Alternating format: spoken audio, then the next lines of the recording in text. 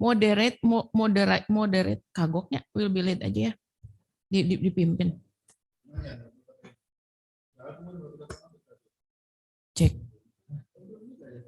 Cek. Ada. Mbak punya Mbak tapi nggak dinyalain kan?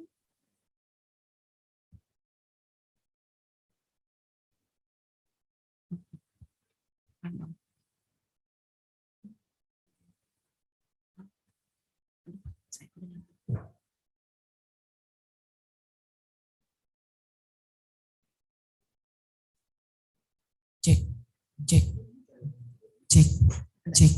Ada. Mbak punya Mbak tapi nggak dinyalain.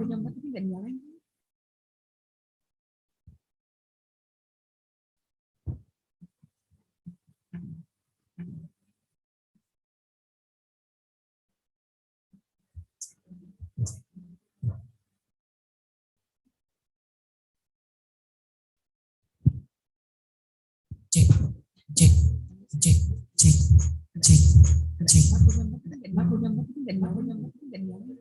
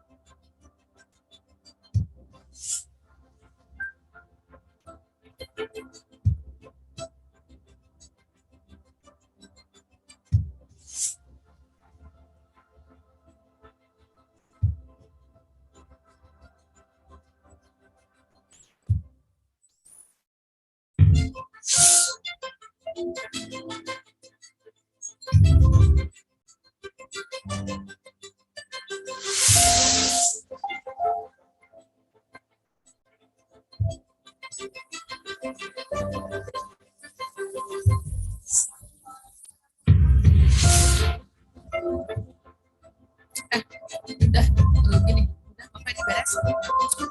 Ini ya Pak, saya udah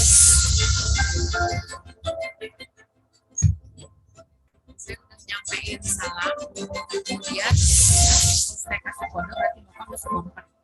Terus nanti saya bacain dulu ya Pak ya sebentar ya.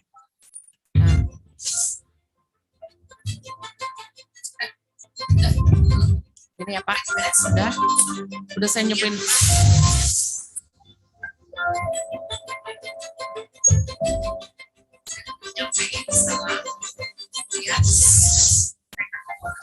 Jadi bagusnya apa? Saya jangan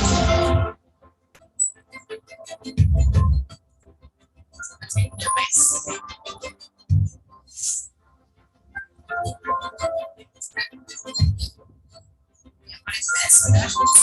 Saya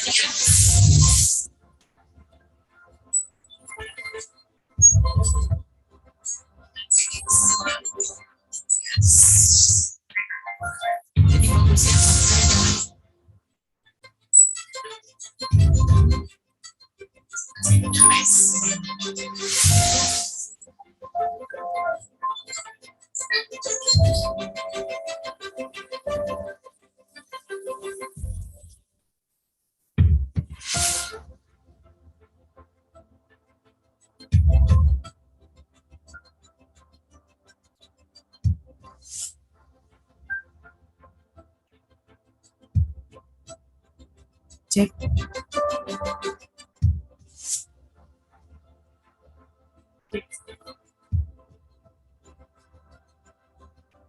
Cek 1 2 3.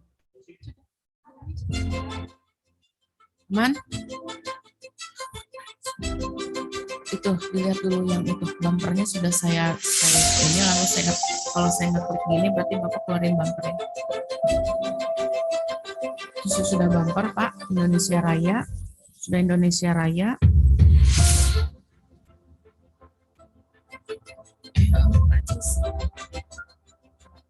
Aku Dima nggak bisa.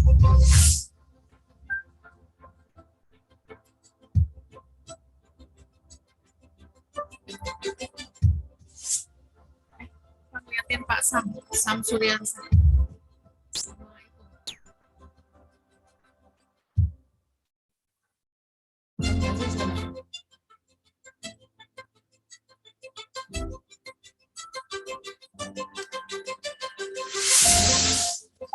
Ini admit Prof. Nazil masuk ya. Masukin kan?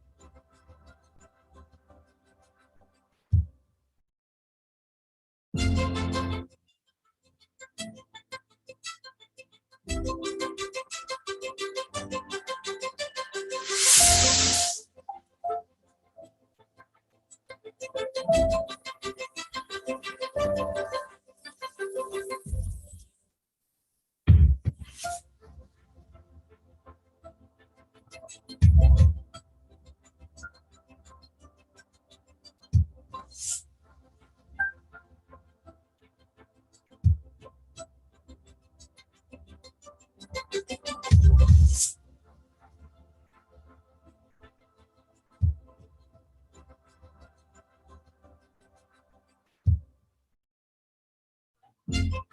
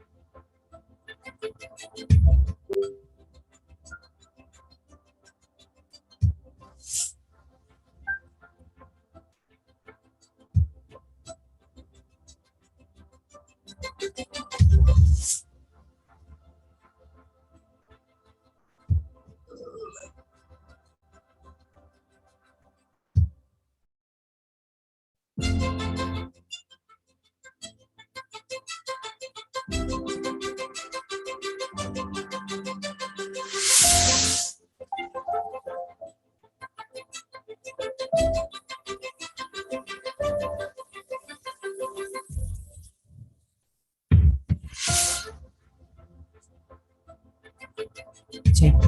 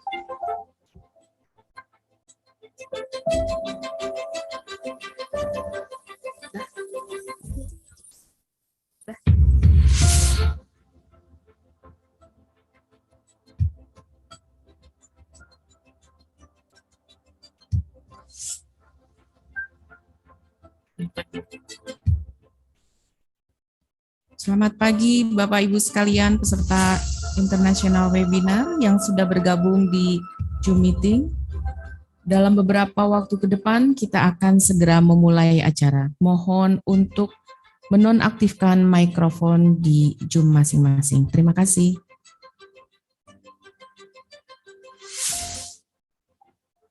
Sebelum dimulai, izinkan kami menyapa terlebih dahulu. Good morning, Profesor Nazil. Assalamualaikum, good morning. Okay, good morning. How are you today? Alhamdulillah, good. Okay, thank you, thank you. And also we would like to say warm greeting to Emeritus Profesor Tan Sri Dr. Muhammad Saleh. Good morning, Profesor. Good morning, all. Good morning, selamat pagi. Good morning, how do you do, Prof? Alhamdulillah. Okay, thank you. It's really honor for us that you are willingness to one of our keynote speaker in this event. Thank you, thank you. It's my pleasure.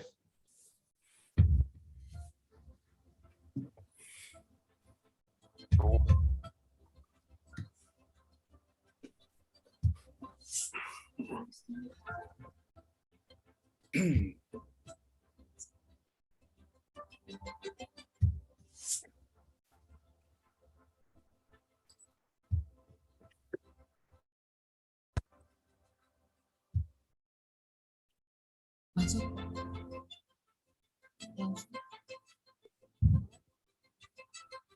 Boleh?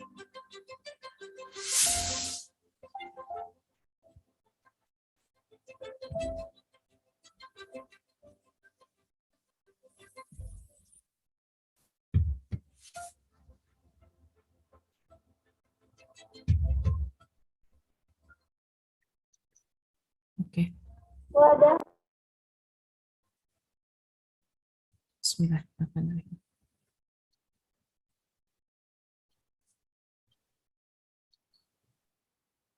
Good morning, everyone. A very warm greeting to each and every one of you. Welcome to the live international webinar for member institution of Indonesia Association of Medical Technology Laboratory. I am Umi Mardiana, the MC for this event, on behalf of the Collaboration Committee of EASMLT. We extend our appreciation for your presence today.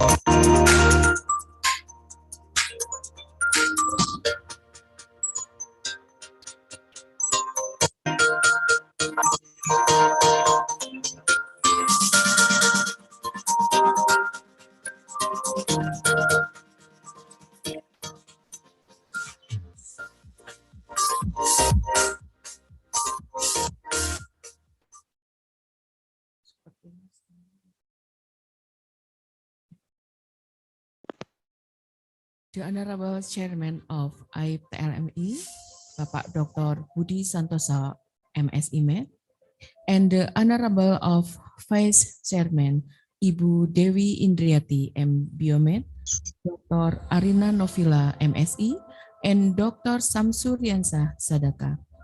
and the Honorable Professor Dr. Muhammad Nazil Saleh and Emeritus Professor Tan Sri Dr. Muhammad Saleh bin Muhammad Yasin. Thank you very much for your willingness to be our keynote speaker in this event. And also the Honorable of all Chairman of Study Program, Medical Technology Laboratory. And of course, all participants consist of lecturers, students from member institution of AIPTLMI. Assalamualaikum warahmatullahi wabarakatuh. Good morning. Salam sejahtera bagi kita semua. On this special day, all the member institution of AIPTLMI are greeting with us, all with delighted spirit and concern, the important things of the MoU implementation. The collaboration to obtain the implementation has finally come to an important stage. And on behalf of the collaboration committee, we would like to extend the warm welcome and express our gratitude for participating in the international webinar with the theme is development of medical laboratory technology competence in dealing with the novelty of the examination clinical laboratories. As one of the implementation of MoA activities, in this event is proudly presented by AIPTLMI. In every year, every international scientific webinar features a theme the representative of the most recent issue as the medical laboratory technology competence. And now the international webinar intends to share update and the best practice in terms of development of medical technology laboratory competence in the coming years. And to begin with, allow me to read the agenda for our opening ceremony. First is listening of the Indonesian national anthem and continue with the March of AIPTLMI. And the second one, welcoming speech from the chairman of AIPTLMI, and it will be represented by Dr. Samsuryansa Sadaka as a vice chairman in field of collaboration and organizations affairs. And the third keynote speech delivered by Professor Dr. Muhammad Nazil Saleh and continue by Emeritus Professor Tan Sri Dr. Muhammad Saleh bin Muhammad Yasin. Certificate presentation and will be followed by photo session as the last program. Okay, ladies and gentlemen, the honor of our country, let us all rise for all the listening the Indonesian national anthem Indonesia Raya. Continue with Mars AIPTLMI.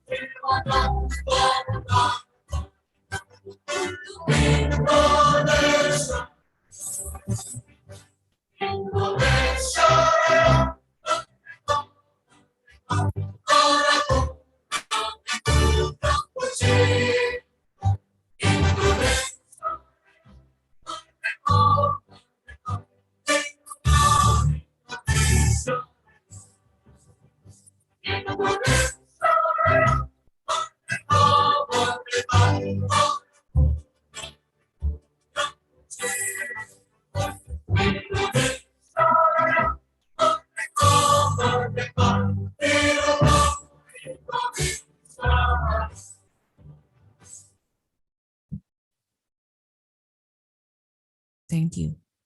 Ladies and gentlemen, now we move to the next agenda. It is the welcoming speech and also the opening remarks by the chairman of AIPTLMI. And in this session will be delivered by Dr. Samsu Riansa Sadaka as Vice Chairman in Collaboration and Organization Affairs. We would like to say good morning, Bapak Samsu Riansa. Good morning, Ibu. Okay. How are you today? I'm great. Thank you very much. Okay, Bapak Samsuriansa Sadaka, the time is yours. Thank you, Bumi, for the time.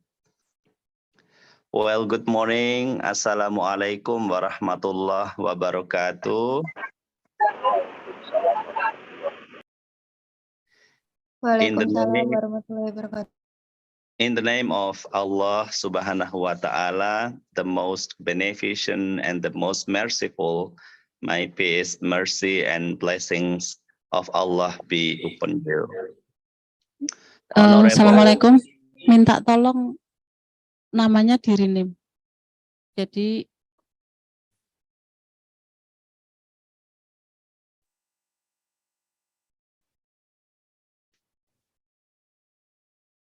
Hello. Okay, continue, Pak Sam. Thank you. Honorable all speakers, in this case, Professor Dr. Muhammad Yusril Saleh from UCMI, dear colleges, professors, lecturers, researchers, students, faculties, and all the participants. On behalf of AIPTLMI and also Pak Dr. Budi Santosa, as the president of AIPTLMI, I would like to express my sincere gratitude to all of you and welcome you to the international webinar as well as the MoA signing this morning. It is my hope that the international webinar would be able to achieve its objective in providing an effective forum for academicians, students, researchers, and practitioners to advancing knowledge, research, technology, and also for the humanity. As we know that there has been always a gap between peoples and communities who can make effective use of technology and those who cannot.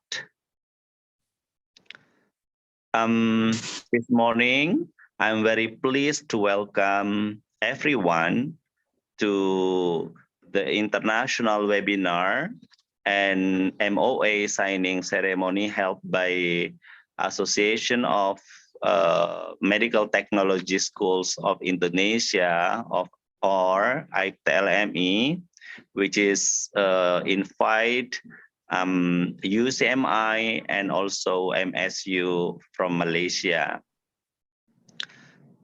Today's signing sets an important milestone for the closer education, research, and community service collaboration between Indonesia and Malaysia. As we know that innovative and technology has always been the main issues on the agenda of the government of Indonesia at this time. It is also our visions to develop an international innovation and technology center to seize opportunities that will become the hope of the Indonesian people in ASEAN area. Ladies and gentlemen, biotechnology is certainly one of the key technological disciplines in our quest to promote innovation and technology, not only because of its prospective economic contributions to the diversity and grow existing industries and business, but also because of its limitless potential to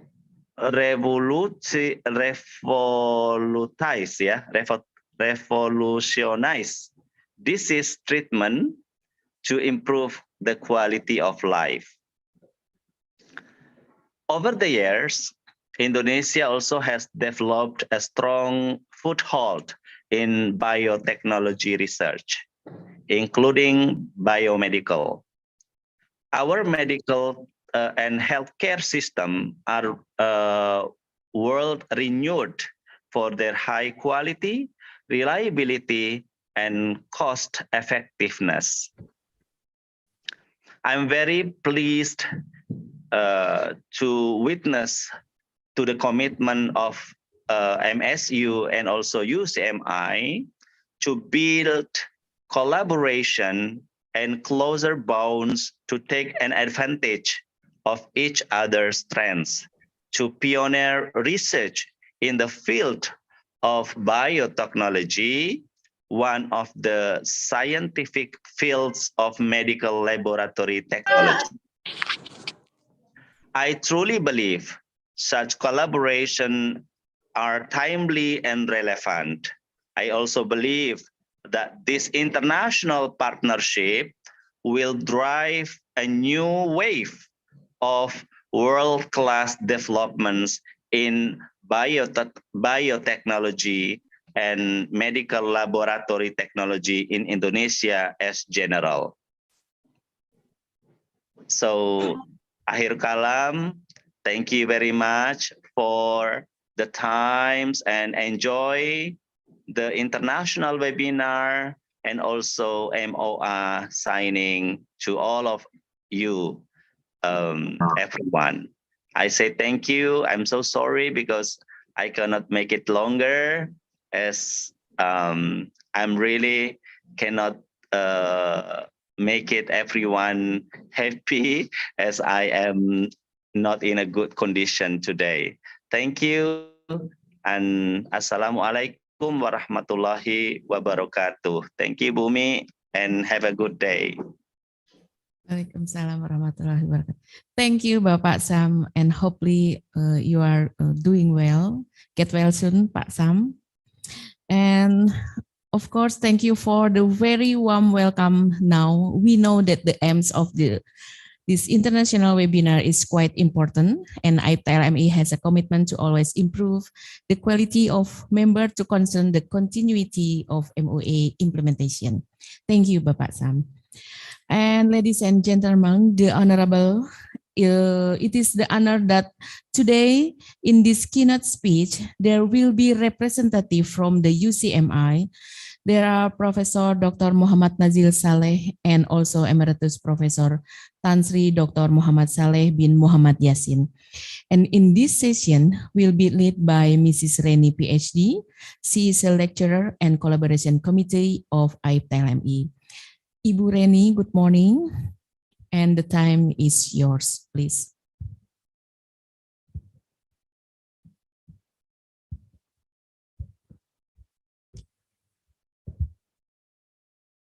Thank you for the kind introduction from Dr. Umi. It is my pleasure to be the host for today's webinar. Good morning all. The Honorable AIPTLMI Deputy Chairman, Dr. Syam Suryansyah, our distinguished speaker from UCMI Malaysia, our honorable participant from Indonesia, as well as from Malaysia, lecturers, students, and also medical laboratory practitioners. The topics for today's webinar is development of medical laboratory technology competence in dealing with the novelty of examination in clinical laboratories.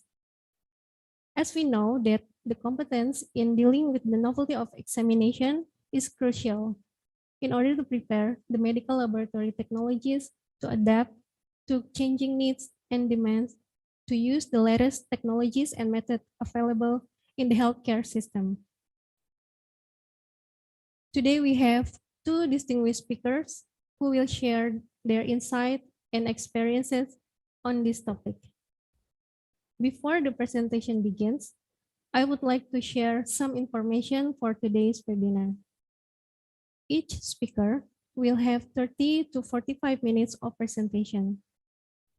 After all the speakers have finished, we will have a presentation where participants can ask more questions and interact with the speaker.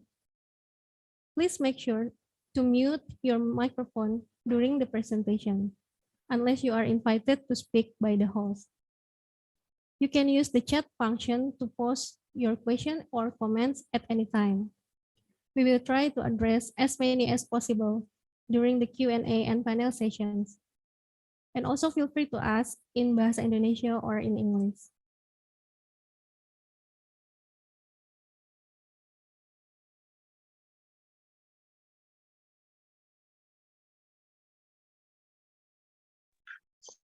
Allow me to briefly introduce our honorable first speaker. Distinguished guests, ladies and gentlemen, our first speaker is Professor Emeritus Tan Sri Muhammad Saleh bin Muhammad Yassin. Welcome, Professor Tan Sri Muhammad Saleh. Thank you, Ibu Rini. Okay, Professor Tan Sri Muhammad Saleh did his PhD at the University of Bath, UK. Also received honorary doctorate from University of Bath as well, and UNIS-ZA, University Sultan Zainal Abidin. Professor Tan Sri Muhammad Saleh is Chairman, Board of Governor UCMI. He is also Founding Dean, Faculty of Allied Health Science, and former Vice Chancellor, UKM. In addition, he is also Founding Director of International Institute for Global Health, United Nations University. Now, ladies and gentlemen, let us formally invite Yang Terhormat Profesor Emeritus Tan Sri Muhammad Saleh bin Muhammad Yassin for his presentation. Please, Professor Saleh. Bismillahirrahmanirrahim. Assalamualaikum warahmatullahi wabarakatuh. Thank you again, Ibu Rini. Honorable participants, ladies and gentlemen. Terlebih dahulu saya ingin memanjatkan kesyukuran kehadrat Allah SWT kerana dengan limpah kurnianya dapat kita berada pada pagi ini. And I would like to thank the Asosiasi Institusi Pendidikan Tinggi Teknologi Laboratorium Medik Indonesia for kindly visiting me to, inviting me, to present some of my experiences and my delivery this morning would be the development of allied health sciences academic programs in Malaysia. Ladies and gentlemen, a lot has happened since the 70s. So I'm going to be touching on the past, the present, and where Malaysia is heading towards in terms of developing new academic programs in the health sciences. And this would certainly be based on the desired Malaysian healthcare challenges and opportunities. And we would also be touching on the health human resource development in Malaysia in the institution of higher learnings, both in the private as well as in the government sectors. Well, talking about the past, it was only in the 70s that the medical laboratory technologies training in Malaysia was quite apparent. And it all started at the Institute of Medical Health or Medical Research, which is part of the Ministry of Health institution in 1970s. Prior to this, of course, they were training in medical laboratory technology, but it was all done ad hoc. When University of Malaya Medical Faculty, or the Faculty of Medicine University of Malaya, came into existence, together with the Faculty of Medicine, National University of Malaysia, we were beginning to see some of this medical laboratory technologies training. Other than that, basic medical sciences, say in anatomy, biochemistry, microbiology, immunology, pharmacology, parasitology, etc., they were taught to some extent at the medical faculties of University of Malaya, UKM, University Kebangsaan, and also IMR. And of course, in the science faculties of most of the public universities. Next, most of this training were done in-house, and it was done either at certificate or diploma levels. Of course, the main role of the MLTs were to conduct laboratory analysis of clinical specimen research, teaching, etc., which is similar to in any part of the world. And basic medical science graduates in anatomy, biochemistry, microbiology, and so on, they were employed by the Ministry of Health or at the medical faculties of UM and UKM. However, in the 80s, there seems to be an emergence of allied health program, sciences program, both at diploma and degree level all over the world. It doesn't only happen in this part of the world, but of course, in other parts of the world, in Europe, in the US, in the Americas. And this is basically because the explosion of knowledge in health sciences, and it required training to be at a higher level, not only at the diploma or the certificate levels, but also at the BAc, masters, and also at the PhD levels. And there was a dire need. Study in the opening speech, there was a lot of mention about medical research, penelitian dalam bidang kedokteran atau perubatan. And especially in terms of Malaysia and Indonesia, it's basically because we are rich in terms of the flora and fauna. And also, it became quite critical that healthcare should be delivered as a team effort by both the allied health and the medical specialists. So in 1990, the first biomedical degree program was offered at UKM, and then UM and UPM. And I was privileged to be the first dean of the Faculty of Allied Health Sciences that was established at UKM in 1992. Now, presently, we are asking this question: where is Malaysia heading to? First, of course, we have to look at the health status in Malaysia. If you look at the health status of Malaysia, this is slightly outdated, but it does points to the current standing or the present standing of the health status in Malaysia as compared globally, and also to countries like Singapore, Thailand, Indonesia, and Sweden. And when you look at the life expectancy, the healthy life expectancy, mortality under 5, maternal mortality, and also mortality rate, Malaysia has got some catching up to do. When you compare, we're not too badly in terms of global status, but if you look at countries like Sweden, Malaysia, and I think Indonesia, Thailand is slightly behind. Next. Now, and when you look at the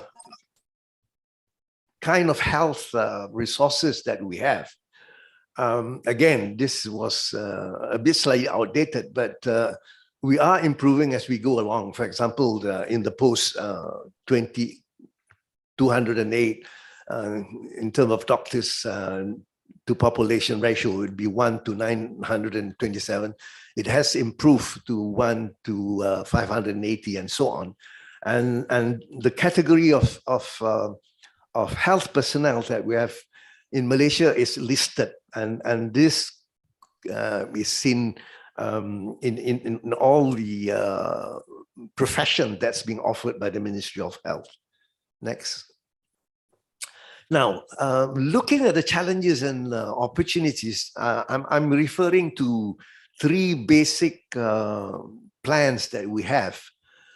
First is to look at the economic transformation plan of 2010, and secondly, to look at the desired outcomes, where Malaysia wants to be by 2050, and of course, there was a mini research that was done by the Academy of Science Malaysia and International Institute for Global Health at the UN University, looking at the mega science framework for sustained national development in health and medicine in Malaysia, 2011 and 2050. Looking at the economic transformation plan, it is a desire of Malaysia to make healthcare profitable. Well, it is an industry. They want to turn healthcare into the industry. And that would mean investing. If you want to benefit from having health as an economic venture, then you have to invest. And it goes, it spans right through looking at the human resource, the infrastructure, the regulatory reforms, the cross-border alliance, and marketing. And I think we'll go into details about this. But looking at human resource itself, there is a need for increased number of doctors, nurses, allied health specialists. And there was this desire to establish the Center of Excellence to support research and innovation. Next. In one of the chapters of that economic transformation plan, the minister then was saying healthcare is now at a crossroad, while maintaining focus towards providing healthcare and well-being of Malaysians. We also realized the unlimited economic potential of this sector. So they felt that health sector is also a wealth creator. Next. Now, looking at this, they were looking at the quick wins, the strategic opportunities, and also the long-term programs. For the quick wins, for example, they were thinking of mandating private health insurance for foreign workers. We have a lot of foreign workers in Malaysia, so they want to mandate a private health insurance for them. And also, as an early, the EPP, they would want to create a supportive ecosystem to support research. Now, I won't be going through this because it would be mentioned again and again, but in the strategic opportunities, we were talking about pursuing generics, export opportunities, reinvigorating health travel, which is becoming very important in Malaysia. And also to create, this is where I think, ladies and gentlemen, you will play a big part, to develop a diagnostic services nexus, and also to achieve scale in telemedicine for eventual international outsourcing. And they would want to develop one of the university campus into a health metropolis, a world-class campus for healthcare and biosciences. And that is actually happening. One of the local universities, one of the public universities, is going ahead with this health metropolis, where they will develop a campus that will be able to provide the healthcare and all the other biosciences at an international level. Next. Now, some of the early actions would also allowing other key agencies or identifying key agencies to be part of the of the plan. Yeah. For example, when you look at the health insurance, of course, it involves the Ministry of Home Resource and Ministry of Home Affairs and so on. But when it comes to generics and export, they have identified various pharmaceutical institutions, the Ministry of Health, the Ministry of Higher Education, Tourism Malaysia, and so on, to be agencies involved. And when one is to look at the diagnostic services taxes, one will be looking at the Ministry of Higher Education, telcos, associated private hospitals, and also the Malaysian Pharmaceutical Malaysia. And to develop the health metropolis, as I said, they have identified the Ministry of Health to be the forerunner for this venture. Next. Now, the second part is to look at the desired health outcomes by 2050. And for Malaysia, we're looking at firstly, the population health. Second, the morbidity and mortality of non-communicable diseases, the NCDs. Thirdly, would be the morbidities, mortalities of communicable diseases. Looking at risk factors, and more importantly, it would be looking at the health workforce and also infrastructure. And most important, of course, would also be the health expenditure ratios. Now, looking at the desired outcomes, again, looking at the population health, we were aiming, for example, life expectancy to get to be as good as Japan in 2050.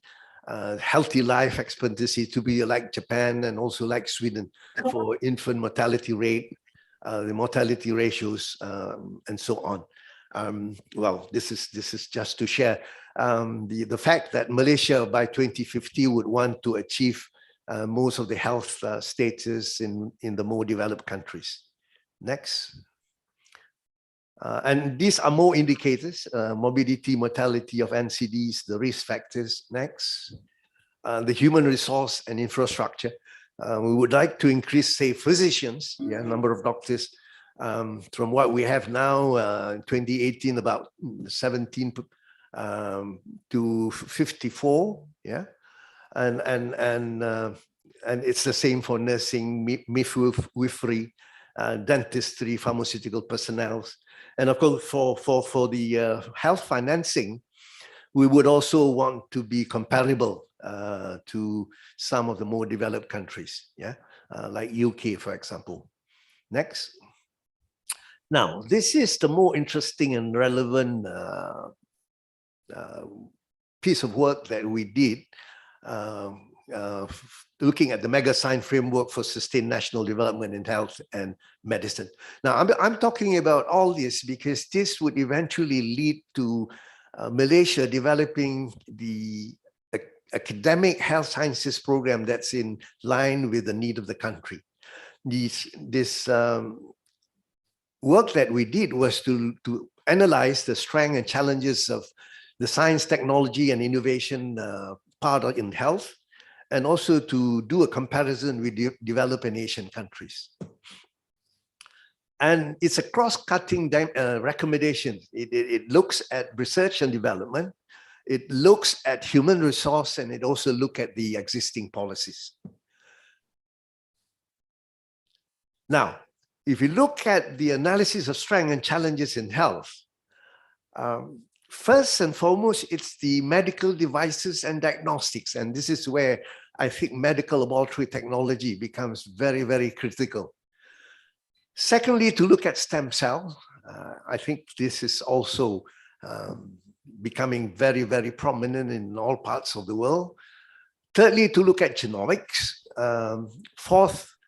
Fourthly, to look at natural products. Fifth, pharmaceuticals, vaccine and nanotechnology, health tourism, ICT in health, and of course, not to forget TCM, which is the traditional and complementary medicine. Now, for this, we actually came with the various recommendations, for devices and diagnostic, for example, that's the R&D part of it, targeting highly prevalent health problems like cardiology, orthopedic, diabetes, and dengue.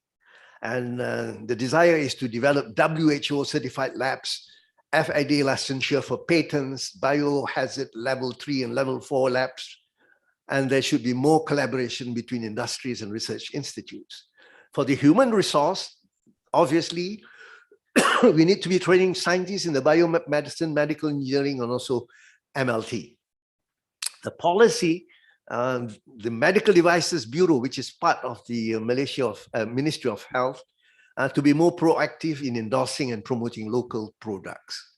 And the MOH to give priority to locally produced devices and diagnostic for use in public hospitals. I think this is quite common in developing countries where we tend to use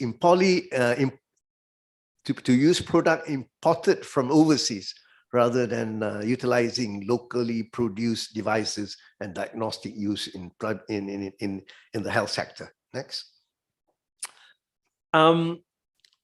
Secondly,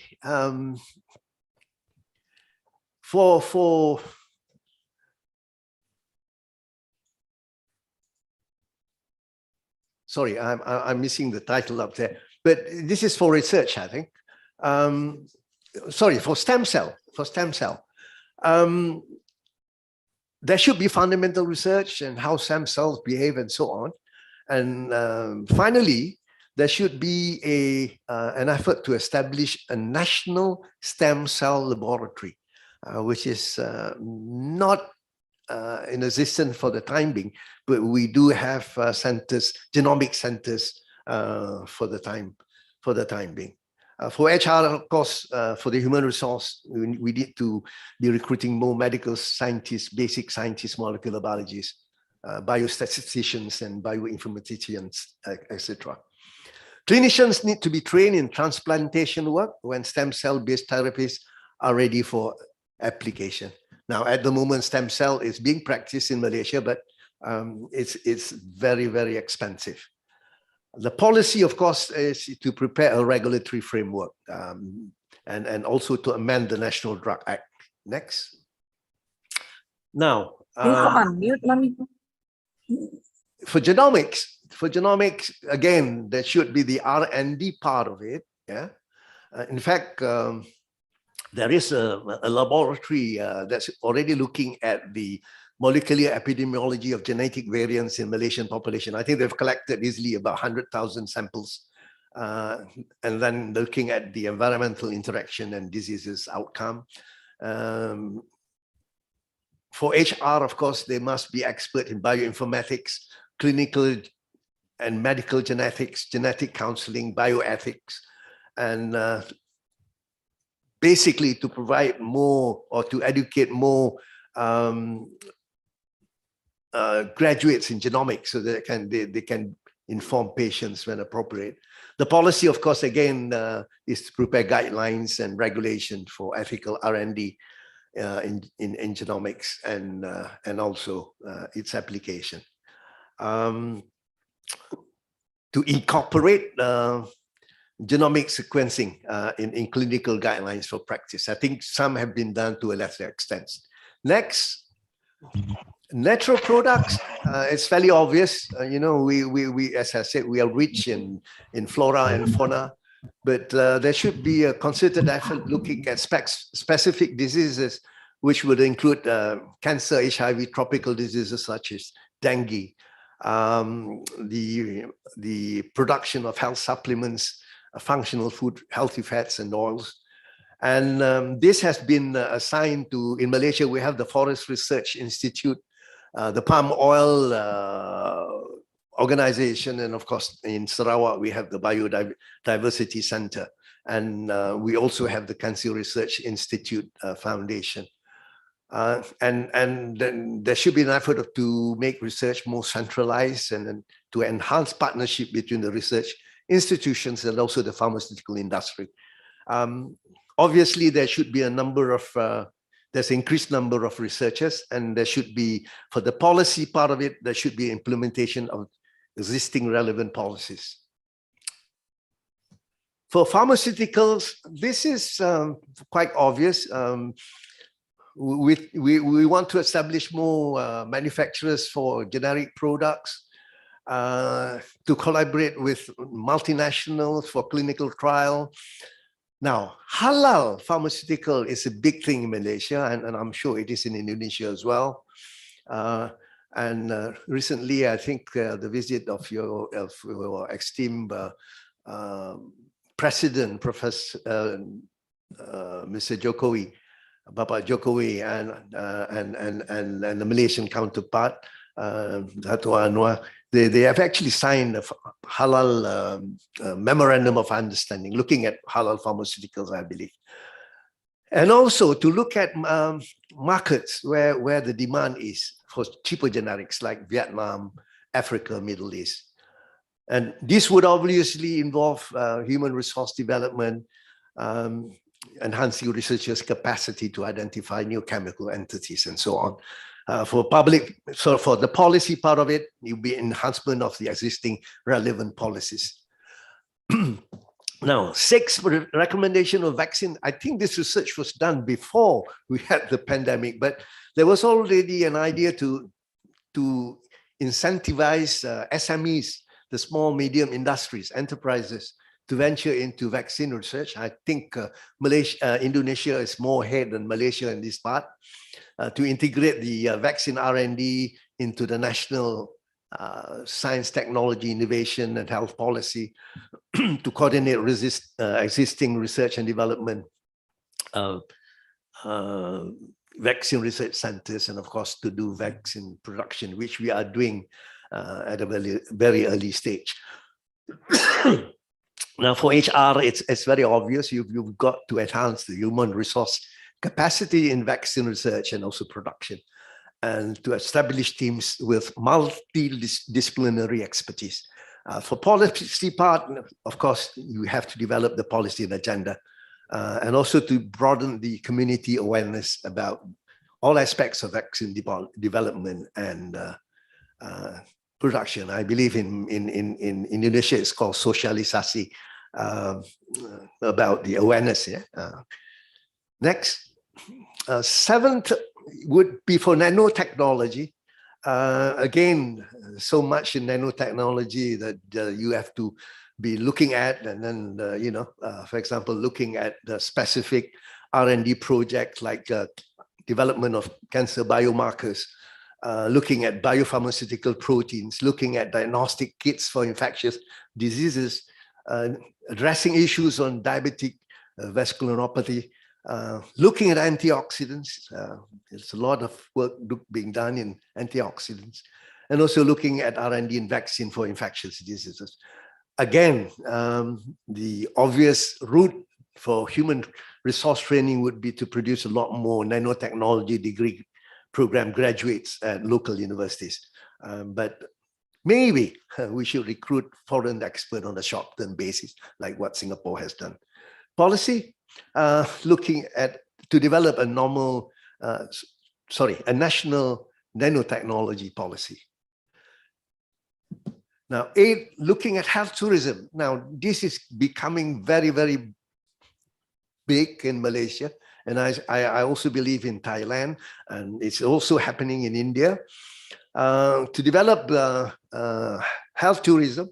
But of course, if R&D could be part of it, and looking at treatment approaches for diseases like or highly sought by tourists like cardiac surgery, knee surgery, urology, and also to do research on marketing. And of course, for the human resource part, you need to train a lot more highly skilled capacity personnel in areas like cardiology, orthopedic surgery, and so on.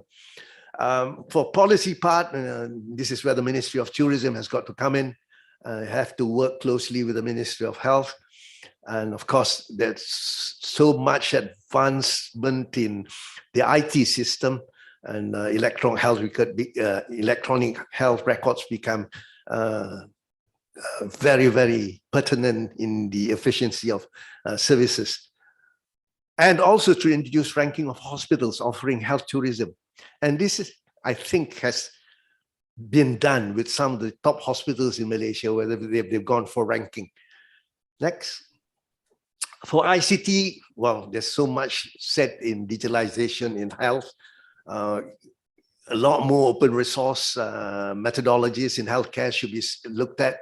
Development of the decision support system, mobile medicine, health information system, disease classification system, and so on. And this is all happening all over the world.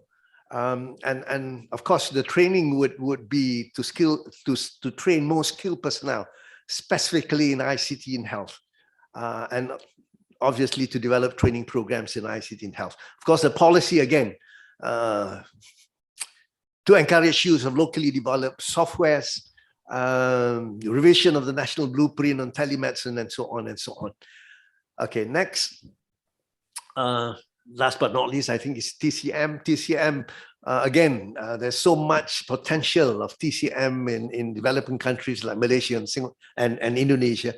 But there should be some effort to be put into the R&D on the effectiveness, safety, and the quality of TCM, especially those of herbal medicine, and to engage private sector in R&D activities to develop commercial opportunities.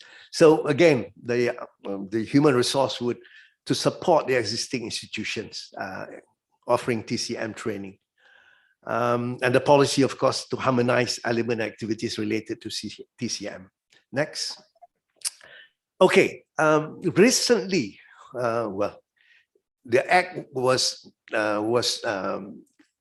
decided way back in 2016, and why it's called the Allied Health Profession Act. In Malaysia, there is a Allied Health Profession Act. They call it this Act 774, which is meant to regulate the services of associated health professions, including MLTs, that has a direct effect on the care of the patient, the health of individuals and population. I suppose this has already been in place in Indonesia. And also to regulate all allied practitioners within the scope of practice. And this is done through registration and insurance of practicing certificates. And it covers about 16 health personnel professions. Next. Jadi kalau dilihat dari the second schedule, you don't mind if I tried my Indonesian. We would include ahli audiologi, ahli dietetik, ahli entomology, ini kesehatan awam, fisioterapi, physics perubatan pemakanan, psikologi klinikal, radiografi diagnostik, ahli sains makanan, perubatan, terapi cara kerja. This is occupational health. Terapi pertuturan bahasa, terapi radiasi, juru teknologi makmal perubatan. This is where the MLTs come in. Juru teknologi pergigian, this is for dentistry technologies. Pegawai kesihatan persekitaran, environmental health, dan pegawai pendidikan kesihatan, environmental education. So this is the second schedule.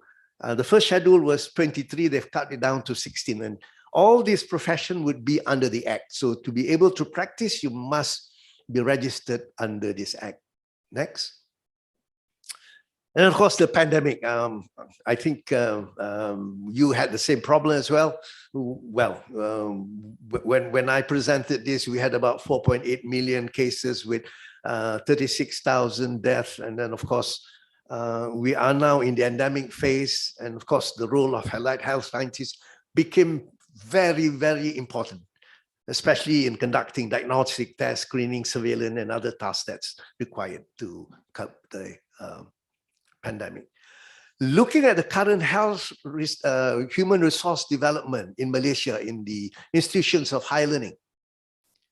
Now, this can be divided into first, the health and the medical sciences, secondly, diagnostic and services, thirdly, clinical pathology, fourthly, medical technology and engineering, fifth, medical education, sixth, medical law, and seven, research. Now, for the first cluster, it would include all these programs, and they could be offered at a certificate or a diploma or a first degree, a master's or a PhD. So all these programs will be offered all these levels. And as you know, every program in Malaysia has got to be accredited by the Malaysian Qualification Agency before you are allowed to introduce. So I've actually got this from the Malaysian Qualification Registry. If you look at the Malaysian Qualification Registry, you'll find all these programs listed. Yeah? So the first cluster is, of course, medical and health sciences. So we have certificate, diploma, first degree, masters, and PhDs at all this level. All these programs, sorry. And then, of course, the diagnostic and services. Of course, there is the obvious medicine, dentistry, pharmacy. There would be audiology and speech sciences, biomedical sciences. It comes under this cluster. You have homeopathy, medical ultrasonography, physiotherapy, nursing, optometry, medical imaging, medical assistant, TCM, environmental, public health, and most importantly, now people are looking at health, aging, medical aesthetics, and regenerative medicine, and of course, medical laboratory technology. So this comes under the second cluster. Again, all the certificate, diploma, postgraduate, diploma, masters, and PhDs are offered through these programs. And of course, this is very clinical. You have pathology for medical microbiology, medical genetic, forensic, hematology, histopathology, and chemical pathology. Under this cluster, the technology and medical engineering, the engineering boys are not very far behind. They're looking at medical biotechnology. They're looking at biomedical electronic engineering, say information and communication technology, radiology, imaging, diagnostics, laboratory, therapeutics, the medical information technology, and also looking at electronic engineering, the biomedical engineering for prosthetics and orthotics, and also for the electrical engineering in medical electronics. So again, most of the engineering programs are offered at diploma, first degree, post-diploma, masters, and PhDs. Okay, fifthly, of course, they are also introducing masters, PhDs program in medical education. And there are also some institutions that's running program in medical ethics and jurisprudence, and also law in healthcare and medical law. And of course, for research, everyone is doing it. Everybody is offering masters and PhDs in medical research and also medical statistics. Right, as a conclusion, the strategy for solution of health human resources in Malaysia is all based on the health outcomes that we want to do. And well, I feel that the health human resource development in Malaysia is in line with Malaysia's aspiration to provide excellence in healthcare, identifying and fulfilling gaps. And it also augurs well with wealth creation. We were talking about health being a wealth creator, targeting clinical research, generic export products, health tourism, diagnostic services, with entry points, projects, and initiatives that's been listed. Next. And the analysis of science and technology and science, technology, and health for sustained health development in health and medicine for 2011 and 2050. This is very important. Shows a shift from healthcare practitioners to R&D and I experts. I think it's happening in Malaysia. I'm not sure whether it's happening in Indonesia. There is a shift from healthcare practitioners to R&D and I experts, research, development, and innovation. And challenges and opportunities of what we go through in Malaysia would be towards an integration of R&D and I in the healthcare practice. That, of course, is still a big question. Next, questions of realignment and adaptation. Currently, a shift from medical laboratory technologies to become medical laboratory scientists to becoming a molecular medical technologies or analysts. You can see this shift happening from MLTs to MLS. Now they call a molecular medical technology or analysis. And this obviously is because there's a shift from the health practitioners to the R&D and I experts. And if you look at the advent of new technology, looking at the MRIA technology, the 3D printing, virtual reality, neurotechnology, precision medicine, telemedicine, DNA sequencing, and extra, you could see the need for more molecular medical technologies or analysis. And of course, again, you could actually understand with automation in auto analyzers, which are open, closed, discrete, single, multi-channel analysis, and so on, there would be a need to train people who will be managing all this equipment. And of course, the digital transformation is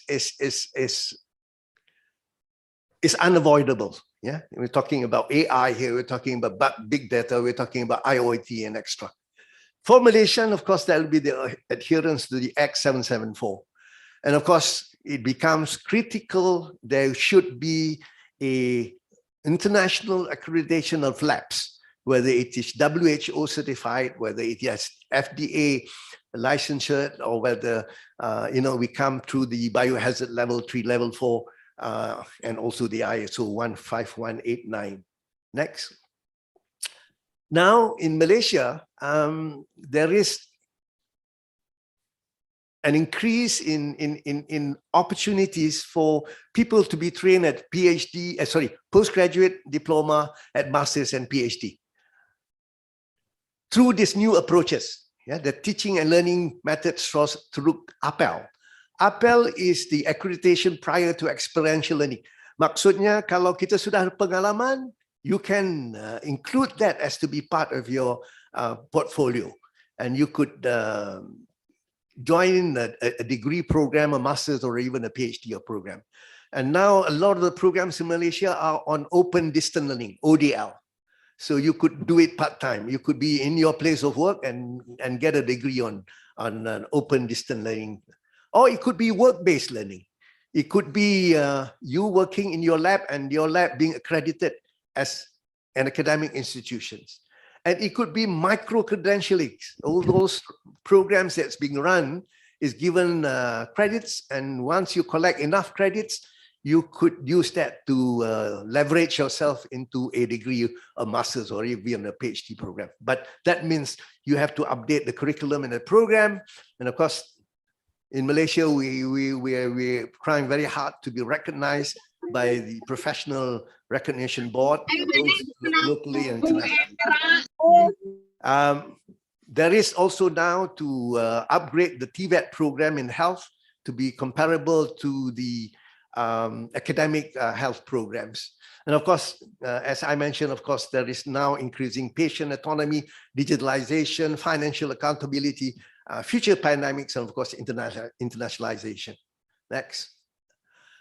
Other areas, of course, that comes with pandemic of mental health has become very, very important. Environmental health has become very critical. And there seems to be an awareness of wellness. Everybody wants to be well. And there seems to be a greater concentration in geriatric care, halal issues, and others. Next. So, ladies and gentlemen, that is my presentation. I hope you have been able to gain some benefit from my presentation. Sekian, terima kasih. Wabillahi taufiq wa hidayah. Wassalamualaikum warahmatullahi wabarakatuh. Waalaikumsalam warahmatullahi wabarakatuh. For the presentation, we thank you for your insightful and informative presentation. And now we will going to address some questions from the participant. We still have 5 minutes in this session. So we would like to invite Professor Saleh to address the question directly from the participant. The first question is from Dina Rahayu from Sabah. Dinarayu asking about what is the meaning of health tourism in the presentation of ranking the hospital to promote health tourism. Does it mean we can get health exam in Malaysia with special care? And the second question from Nugroho Tristianto, how to improve and develop the quality of professionalism in order to create harmonization between the work of education, services, and professional organization in developing the competence of medical laboratory technology. Okay. The first question, what is the meaning of health tourism? Well, basically, as I said, they're trying to derive income, economic income from providing healthcare. So, and this basically would be to attract foreigners to come to Malaysia to seek medical care. And when they come, of course, it would increase the revenue for the hospitals, and well, they would also be bringing their families with them. They will be staying in the hotels. They will be eating in the culinary centers. So there's this cycle where, health tourism could be generating income, not only for the hospitals, but also for the hotels, for the culinary centers, the shopping centers, and so on. Because I think it's a wholesome, it's a package, it's a wholesome thing. Yeah. And Now, ranking the hospitals promote tourism. What I've seen happening in some of the top hospitals, they have gone for international accreditation. I'm not aware what these accreditation are, but they seem to be putting up all this international accreditation. Of course, there would be accreditation visit by these ranking bodies or accrediting bodies to these hospitals. And once they're given this accreditation, they will use that for their marketing. So you could see most of the top hospitals in Malaysia having been accredited by these quality assurance bodies that look at health care in total. Yeah. So there's no ranking like number one, number two. No, they're just showing off the accreditation badges that they have got through the accreditation process. Does it mean we can get health exam in Malaysia with special care? I'm not sure about this. I'm not sure what it means. Health exam with special care. Well, if it means that, is the healthcare different? I'm not too sure. I think the healthcare is similar. Most doctors have got their Hippocratic oath to adhere to, but I think because I don't know, perhaps there are not that many patients. The doctors may be able to spend more time with the patients, or maybe because the charges, the fees are not that too expensive, that it becomes very affordable. Yeah. So I don't think there is a special care, but it could be the attraction of, coming to Malaysia and getting the money worth of what you're paying. Yeah, it could be that. It could be that. Okay, number two, how to improve and develop the quality professional in order to create harmonization between the world of education services, professional organization in developing the competence of medical laboratory technologies. Now, I always believe that for any profession, for any program that you are offering or that you are practicing, there could be benchmarking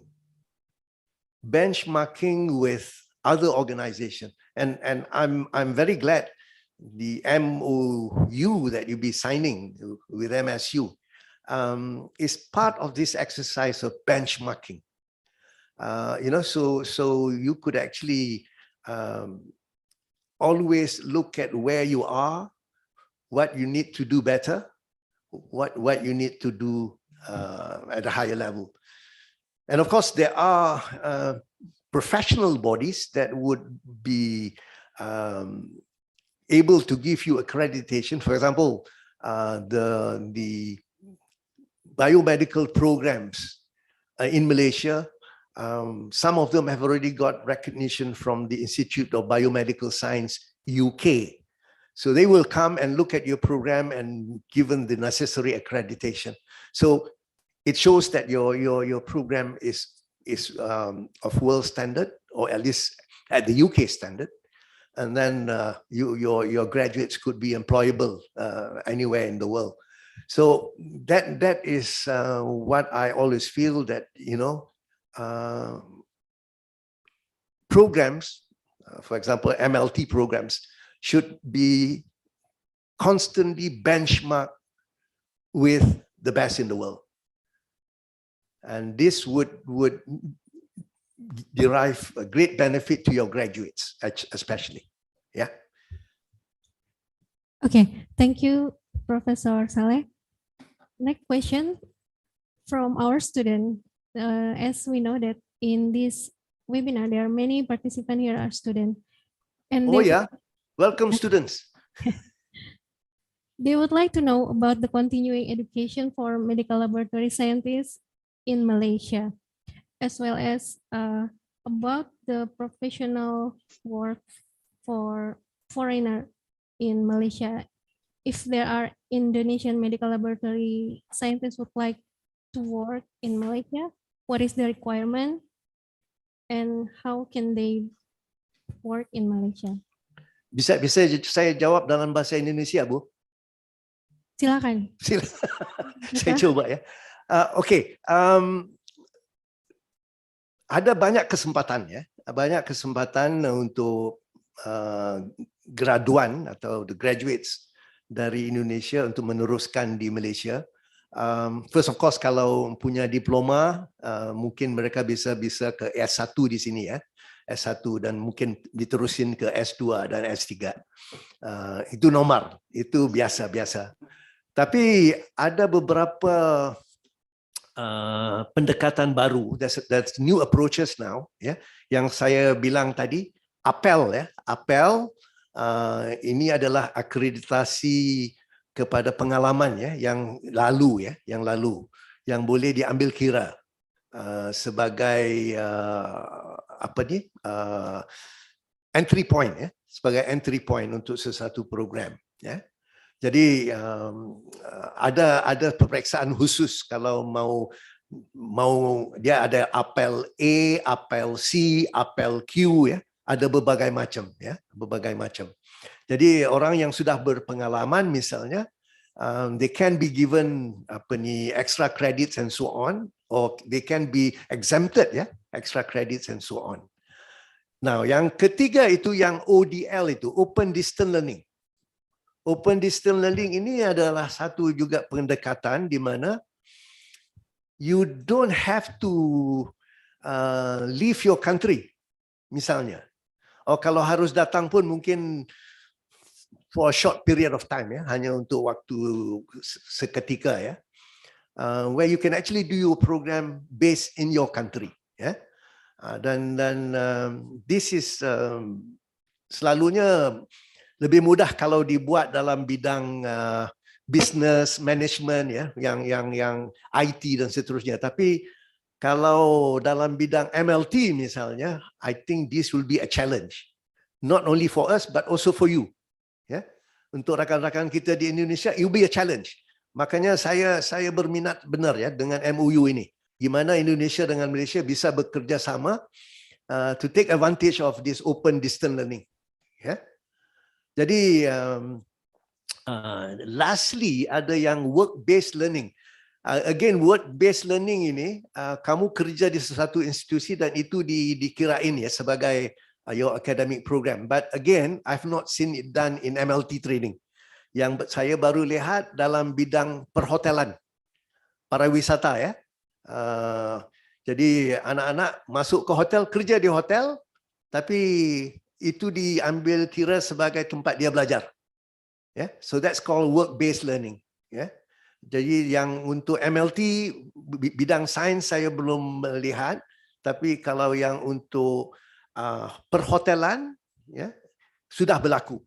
Anak-anak tidak perlu ke kampus, kampusnya sebenarnya hotel. Ya, dia kerja di hotel, digaji hotel, dikasih makan oleh hotel, dikasih penginapan oleh hotel. Ya, tapi nanti lulusnya dengan kelulusan sesebuah institusi pendidikan. Okay, thank you for your information, Professor. Last, before we close this session, could you offer some advice to the young soon-to-be medical laboratory professional, since our audience today mostly students from both Malaysia and Indonesia, briefly on how to prepare themselves to be competent? $1 million question. I've been asked this question so many times because at one point in my life when I was very young, I was training MLTs. Yeah. Now, believe it or not, bidang pekerjaan is becoming very, very difficult, ya, untuk mendapat kerja dan seterusnya. Jadi bagi saya, the students should be well prepared, yeah, well prepared. They must fully do their study with great commitment and compassion. Yeah. Jadi bukan hanya belajar gitu terus, ya.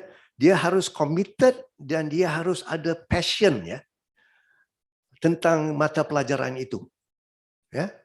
Sebab nanti kalau misalnya kalau ditemu duga ya, if you are interviewed for a job for example, the employer would want to look at your experience. Ya. Kamu pernah ngelakuin penelitian apa, kamu pernah kalau di sana istilahnya magang. Is it magang, internship? Kamu magang di mana, ya? Bidang yang kamu minat itu apa, ya? So you must from day one, ya. From day one you must be very focused, you must be very committed, you must be very compassionate, passionate about what you're doing. Sebab bidang MLT ini berubah all the time, ya. Hari ini metode ini, minggu depan udah metode lain. Ya, apalagi dengan digitalization, dengan IT dan seterusnya dan seterusnya. Ya, penggunaan alat yang baru, equipment yang baru, instrumen yang baru. So you must always be hand in hand with all this advancement in technology. Ya, jadi biasanya lah kalau employer dia temu duga dia lihat mahasiswa ini graduate ini sudah ada apa ya, mereka pengen lihat ya komitmen kamu, ya aktiviti kamu, interest kamu dalam bidang penelitian apa, ya, dan pengalaman kamu tu apa, ya. Jadi misalnya kalau sewaktu internship atau magang, you can attach yourself to a laboratory dan kerja cuba memahami teknologi yang sedia ada. Obviously, I think you can even go overseas. You need not be in Indonesia itself. Yeah, it could be elsewhere where perhaps the technology is much more advanced and so on. Jadi itu yang akan membezakan seseorang itu. Dan I have students, yeah, I have students who are now all over the world. Yeah, ada di Jepun, ada di Korea, ada di Saudi, ada di Amerika even. Yeah. But ini adalah mereka yang full commitment dan yang mempunyai passion yang seperti saya nyatakan tadi. Ya, jadi itu adalah satu atribut yang perlu ada pada anak-anak kita sekarang. Okay, thank you, Professor, for your advice. Actually, we still have some questions from the audience, but our time is limited, and we will address the question from the audience directly to Professor Saleh after the webinar. And now we would like to present to Professor Saleh our token of appreciation. And please give, for the participant, please give your hand clapping gesture emoji for the speaker. Thank you, Professor Saleh. Thank you, Ibu Rini. You're welcome.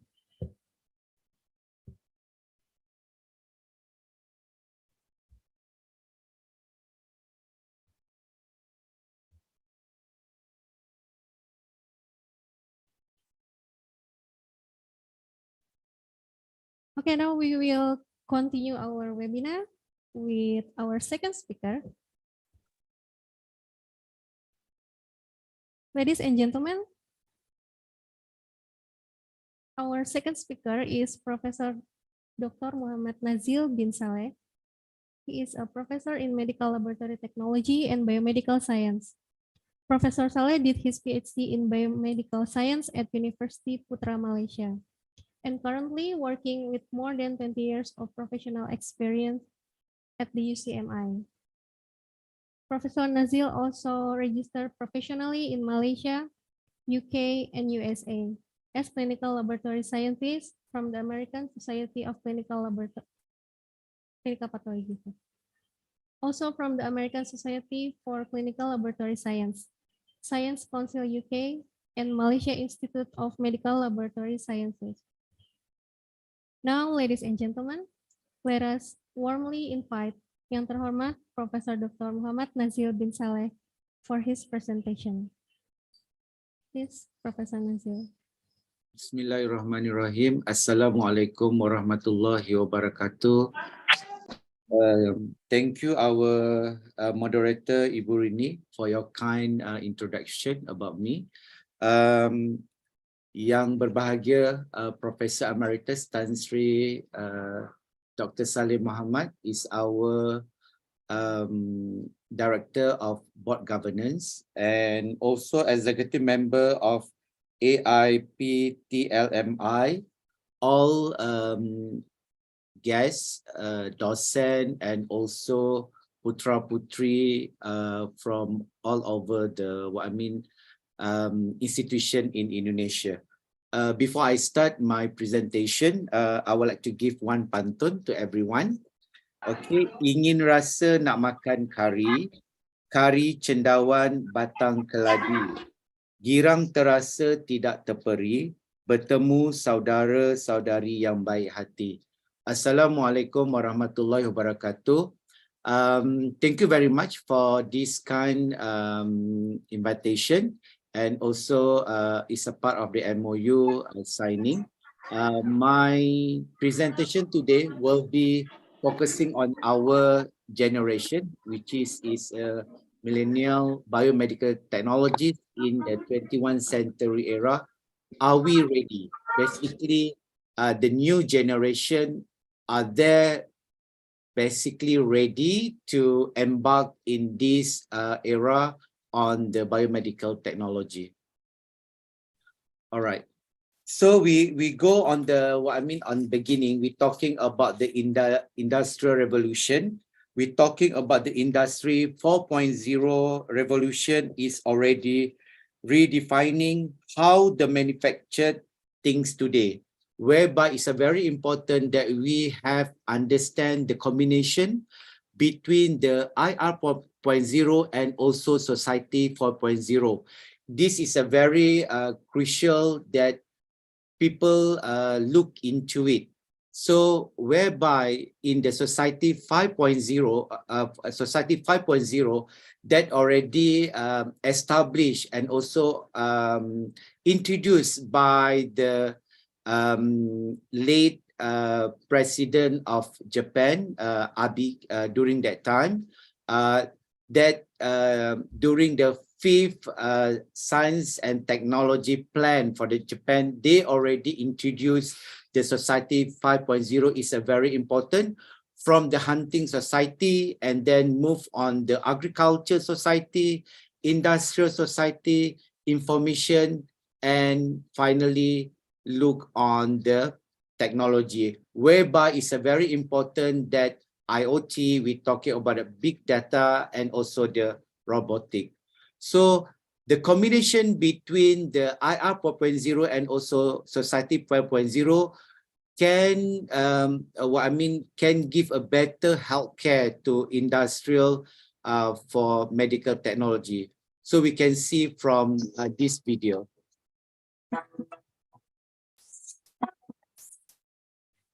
So we can see from the 18th century, beginning of the first industrial revolution. Okay, they're using the quota industry, how to do a production. And then they move on the second IR 4.0, the mass production. We can see the way how the production of the manufacturing. And then at the same time, they can increase the production during that time. And after that, on the IR 3.0, we can see how they're using the programming to produce the yield of the technology. And now IR 4.0, they have to combine from the big data analysis and using the communication technology. This is a way forward in terms of the manufacturing, and we are in the biomedical science or medical technology. We have to align with the technology that's progressing very well. So from that, we have the idea, for example, like we are in the university, for example, we have the idea. From the idea, we have to innovate the ideas. And then from that, we can create the critical mass. And from that, we can bring all the ideas to the medical industry. So from that, we can see it's a very important in the medical industry 4.0, how the beginning from the genomics up to the metabolomics. This is the way how the people, scientists, and also the people who work in the lab, they try to invent new things, how to ensure that we can helping the healthcare or the diseases in this era. So from that, we can see how the celebrity, I think everyone know about the Angela Jolie, how the parents, how the mothers and also the sister die because of the because of the breast cancer. And she did the microarray technology to do a screening about more than 10,000 genes from single drop of the blood.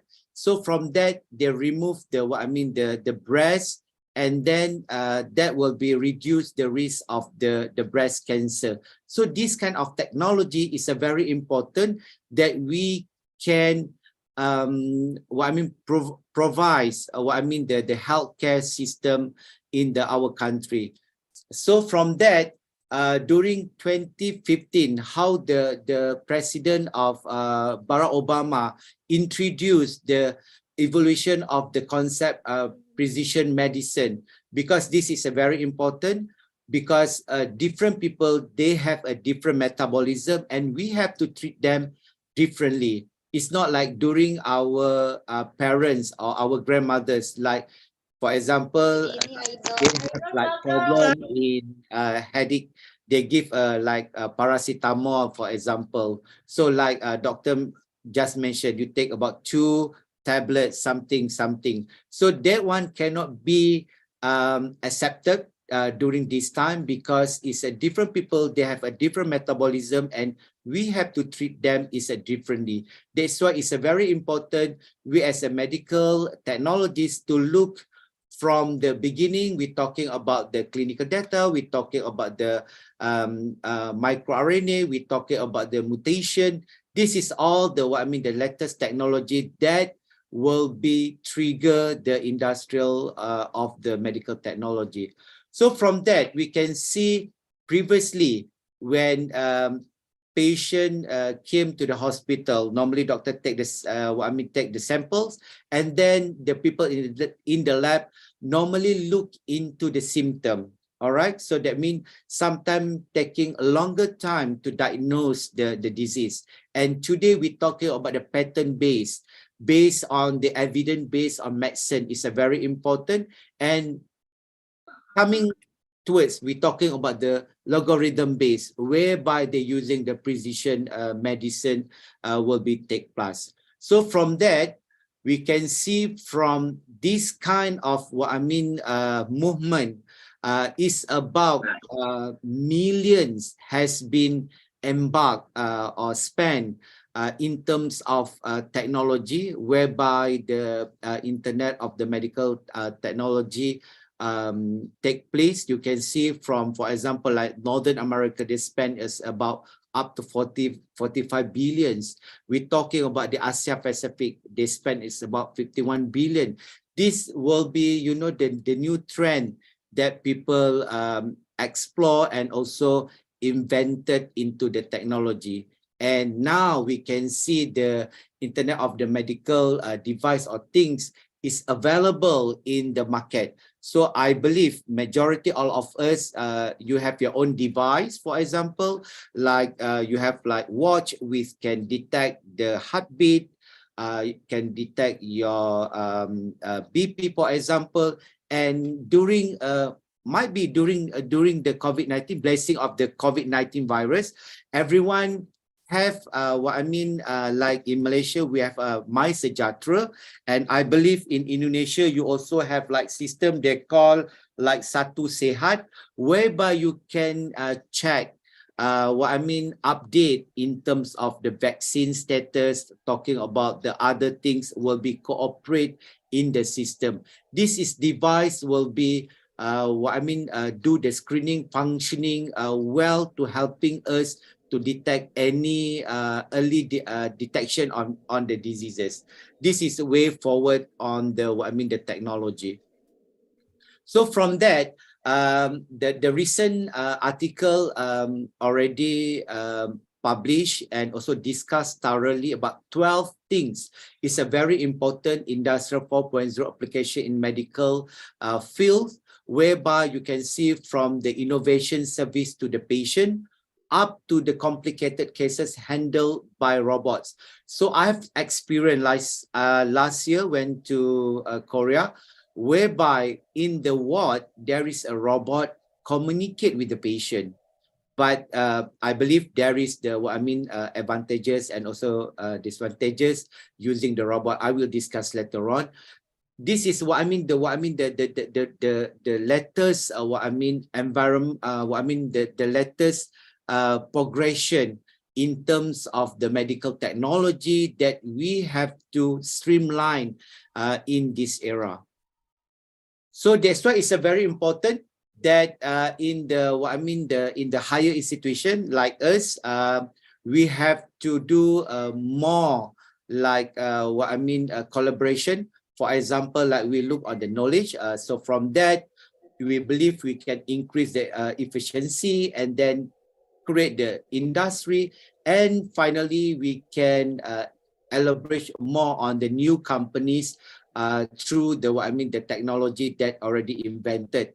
And finally, back to the tax, to the government, and then the government will return back to the to the earth, whereby from the money that the government collected, we can use as a basic research in the academic, and then this is a cycle. I believe in Indonesia, you also have like Ministry of Research distribute grants to ensure that all the the docent or the researcher will be actively look into the new invention on the research, similar in Malaysia.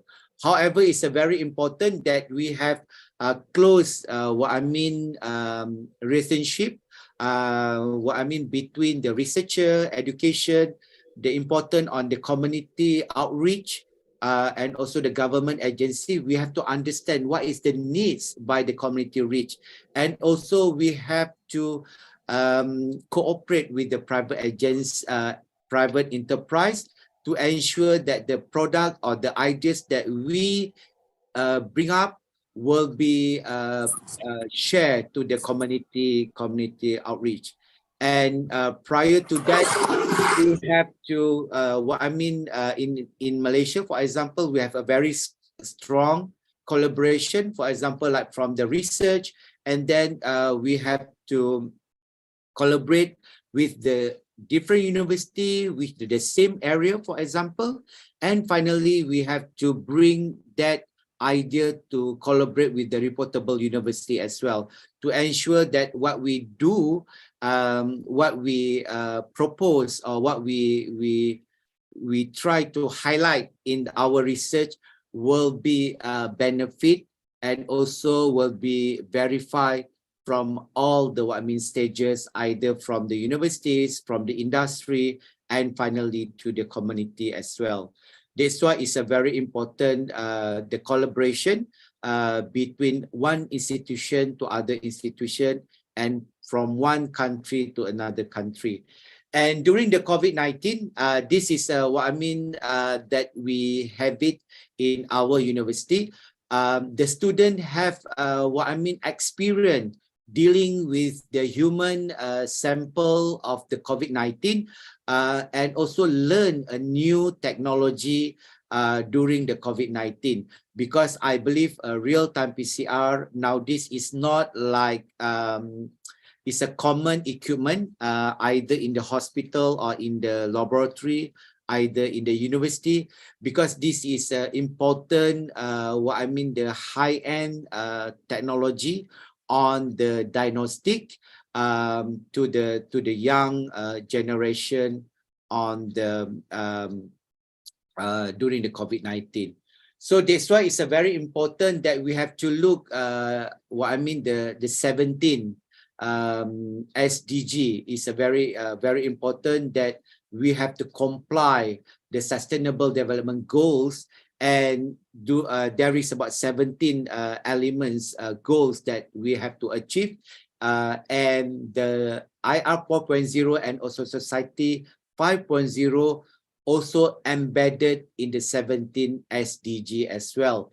So in the SDG, I will look into SDG number 8 later on. We will discuss why it's a very important on that. During the COVID-19, we believe it's about 255 million people lost their job. However, you can see how important that people work in the healthcare. They are frontliners. They are needed during the COVID-19. So this is a blessing of the COVID as well. So from the COVID-19 as well, we can see how the important medical technology. Sometimes people don't realize the importance of medical tech, that the job that they're doing behind the in the lab. So like we have to produce the result accurately. We have to produce result day and night to ensure that we can provide the information on the government and also on the country during the pandemic. So from that, it's a very important that we look on the decent work and also the economic growth in the in the SDG, whereby there is 5 elements is very important that we have to look into it. The first thing on the employment, rich growth, economic growth. And then the second one, we're talking about the future of the work. skill and also employability is a very important, even though we're using a technology. So the skill must be embedded in the embedded in the curriculum or embedded in the system. The fourth one, the about the social protection flaw, and finally on the youth employment also is a very important. That's why I think 21st century people cannot avoid on the digital transformation. It's a very important that even though we are medical technology, but I believe the curriculum must embedded on the technology as well. So that means like in Malaysia or in Indonesia, in other country, we have to think to embed the like big data. We have to talking about the logarithm, for example, to embed it in our curriculum to ensure that the generation will be will be capable in terms of running the sample using the high-end technology. And we're talking about the society 5.0 also is a very important, whereby we have to look on the balanced economy development and also try to solve social issue as well. It's not talking about the the technology. So we have to look on the social issue as well.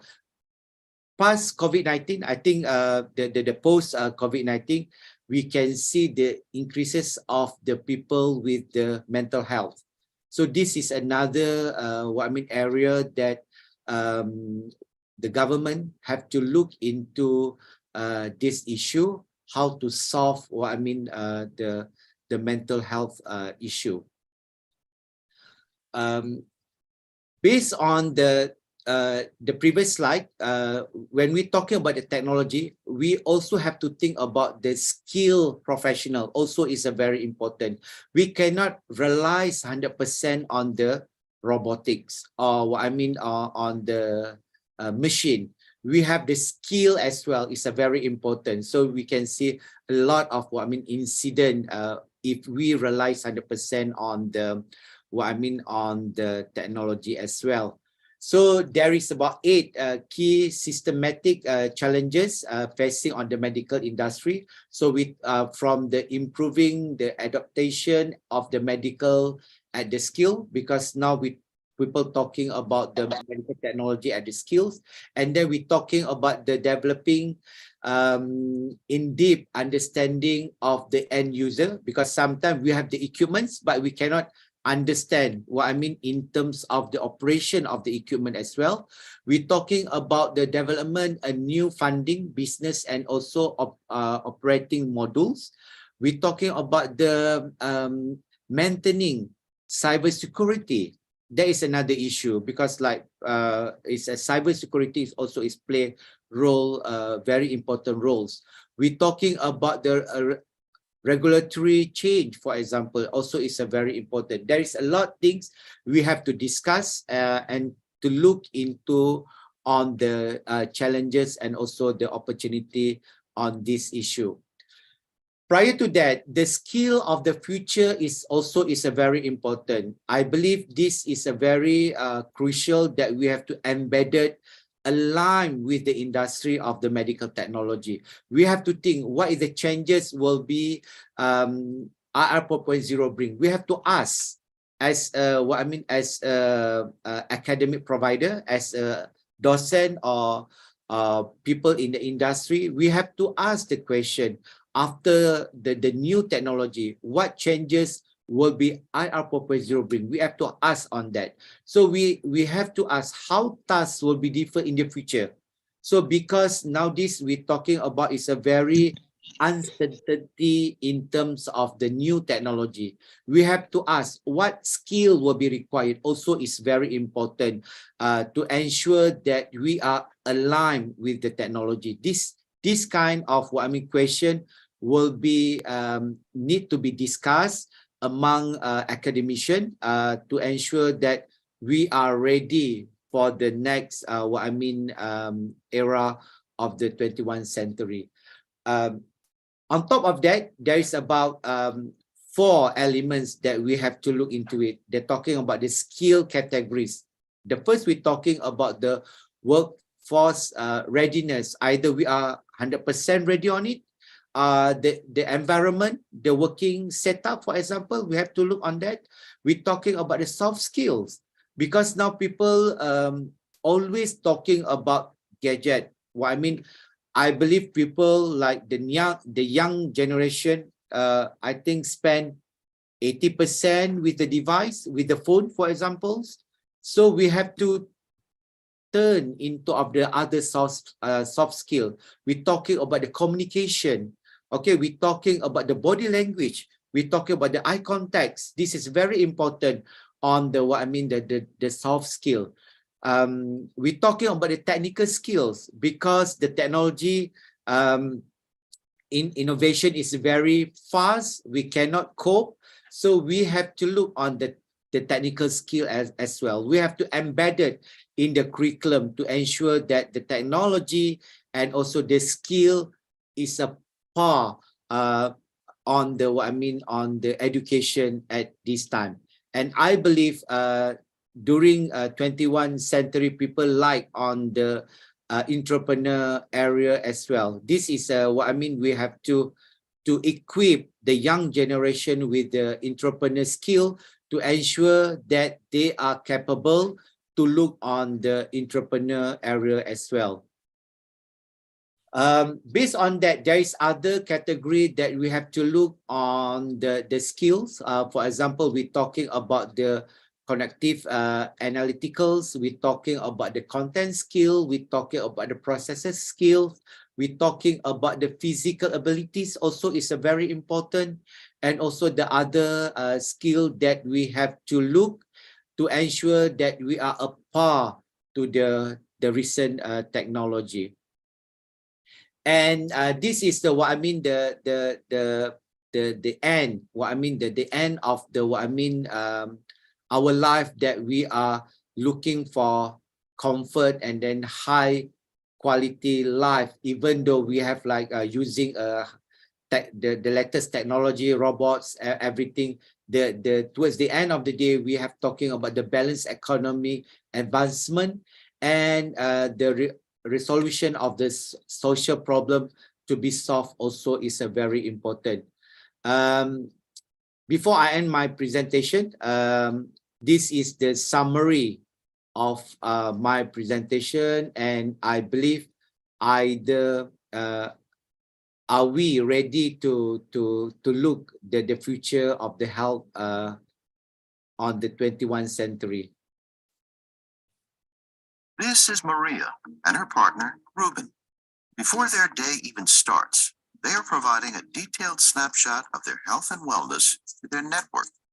Maria slept great, but Ruben, who has a history of depression and anxiety, tossed and turned all night. Data from his neuroendocrine system shows a spike in cortisol. That may be a sign that he could be headed for a significant depressive episode. So, before he's even awake, his network has placed time in his busy schedule that day to talk with a virtual therapist about ways to reduce his stress. 20 years from now, radically interoperable data and open and secure platforms will allow consumers to own their own journey of health, providing them with a holistic, real-time view of themselves and their environment. A system with personalized experiences that are highly tailored to one's preferences and needs are the norm, not the exception, and where care and services can be accessed quickly and seamlessly. Consumers are increasingly willing to share their personal data through wearable technology, smart appliances in the home, and even with the home itself. This vast pool of data forms the basis of their personal health profiles, so that changes or deviations can be detected and addressed immediately. This information empowers consumers to take control of their well-being in ways that were impossible in the past, whether it's proactively heading off depressive episodes for Ruben, or getting Maria her time-released antihistamine well ahead of a high-pollen day. This data also provides more opportunities than ever to glean novel insights into the health of entire communities and to enable research and scientific breakthroughs at a rate that will only increase exponentially as technology continues to evolve and to integrate into our daily lives. Tailoring care individually based on ever-advancing capabilities to capture, interpret, and act near-perfect data in real time is a radical change. This change will require a complete rebuild of today's healthcare system and the collaboration of several actors, some old and many new. Those with deep roots in care delivery must ask themselves how they can use data and technology to transform what well-being and care delivery means. Players in the health ecosystem will include non-traditional ones. For example, those focused on the data platforms and tools that enable this new model. Regulators, financiers, and intermediaries will all play a new role in this new vision. Disruptive thinking and a commitment to emerging technology are more important than ever before, because the future isn't as far off as it seems. In fact, it's at your very fingertips. With that, I end my presentation. Thank you. Thank you very much, Professor Nazil, for your insightful and very interesting presentation about the millennial and future of medical laboratory professional. I'm sure there are many questions from the audience as they follow your presentation. So the first question from the participant is, what is your view about bioinformatics in laboratory for medical laboratory technologies for now and future, about the data and human resource? All right, it's a good question. I think when we're talking about the bioinformatics, this is a part of the big data, and also we're talking about the future direction, whereby using bioinformatics, we can do a prediction in terms of the diseases, in terms of the future diseases. Yes, I think is the right time that we have to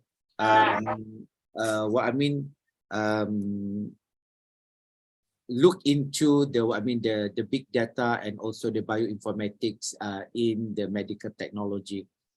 We have to is a combined, it's not only one area. So which is in the curriculum, we have to start introduce the bioinformatics in the medical technology, because we're talking about the next sequencing technology. We're talking about the, for example, like microarray. So you have to learn about the C language, because we have to understand about the logarithm. This is a part of the the new era that we have to think and embed it in our curriculum.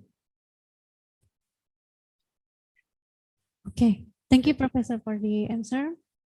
And continue to the second question. How to join the academic exchange program for a lecturer, and what topics are currently being run? All right, I think this is the important things. I think it's a part of our MOU. This is the way how we do the exchange program among academician, docent, and also student as well. This is it's a part of our MOU. After this, we will discuss if you are interested to do any exchange collaboration. So we have to discuss what kind of area, on the teaching and also on the subject. So that one will be discussed after the MOU. Yeah, I think we are open to everyone for the exchange program, inshallah. Okay, thank you, Professor. Next question from the audience. Based on your professional experience, knowing the medical laboratory education system in Southeast Asia, would you offer some advice to the young soon-to-be medical laboratory professional on how to develop their competency? All right, it's a good question. When we're talking about the competency, I think it's a part of the ASMT, and also I believe from your association, we are in the process to do ASEAN accreditation actually, whereby all the ASEAN country can work in other ASEAN as well.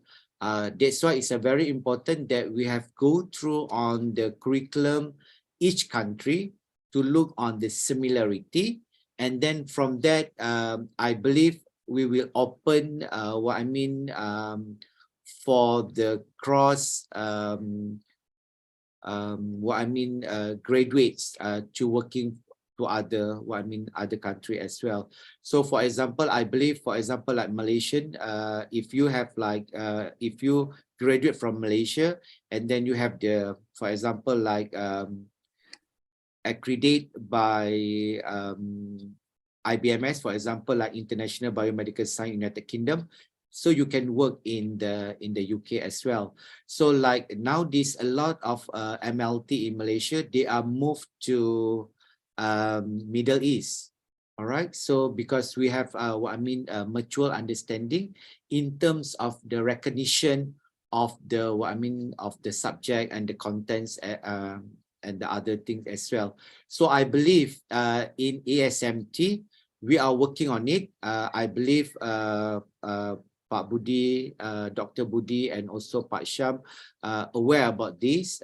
We are in the process to harmonize the curriculum to ensure that people in the ASEAN, basically the medical technology, can work in the ASEAN country.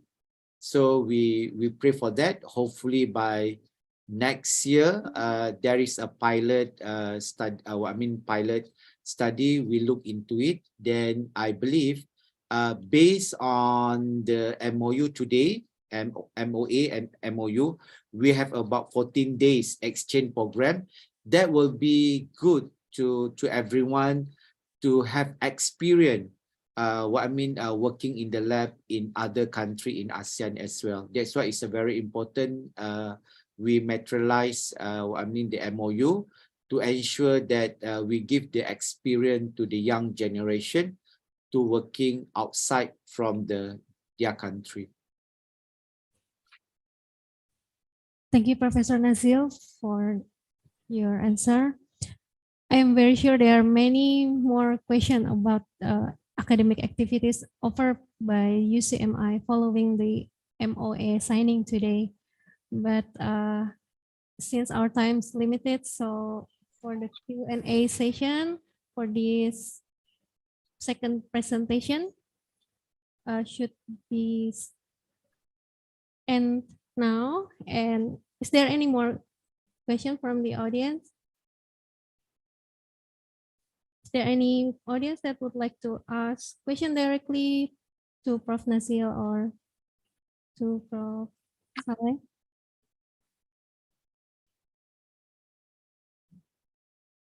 Okay, we can keep that question for the next session after the MoA signing, I guess.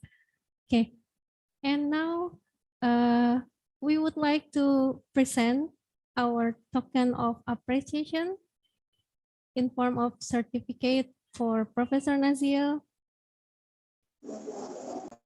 And we invite our audience to give hand clapping gesture for the speaker. Thank you, Professor Nazil, for your presentation. Thank you. Okay. Ladies and gentlemen, we have finally come to the end of part of this webinar. And we would like to thank you for all the speakers, Professor Tan Saleh and Professor Nazil. And please allow me to take some highlight points from today's session. Professor Emeritus Tan Sri Muhammad Saleh has shared about the past, present, and future of medical laboratory technology in Malaysia.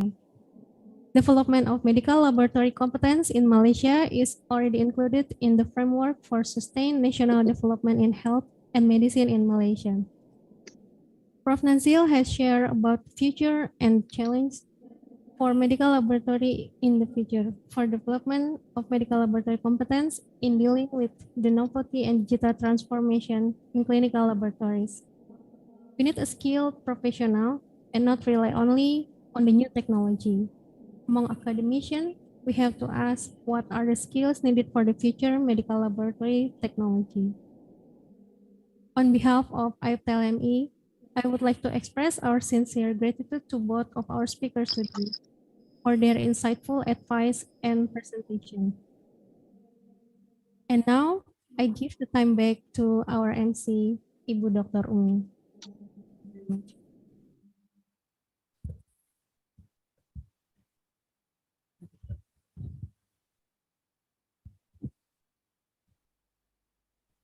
Thank you very much, Ibu Rani. And also thank you very much for Professor Muhammad Nazil Saleh and Professor Emeritus Tan Sri Dr. Muhammad Saleh. And this is, of course, the interesting topic. And thank you also for all the participants, and hope we will see you again in the next agenda. Ladies and gentlemen, now for the documentation, we are going to have a photo session. And the operator, please, in the main keynote speech and the representative of AIPTLMI committee.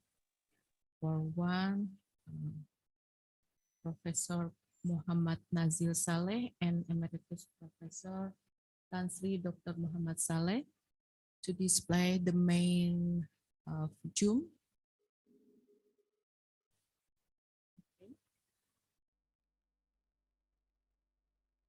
And as a representative of AIPTLMI, I would like to put Pak Sam is really there.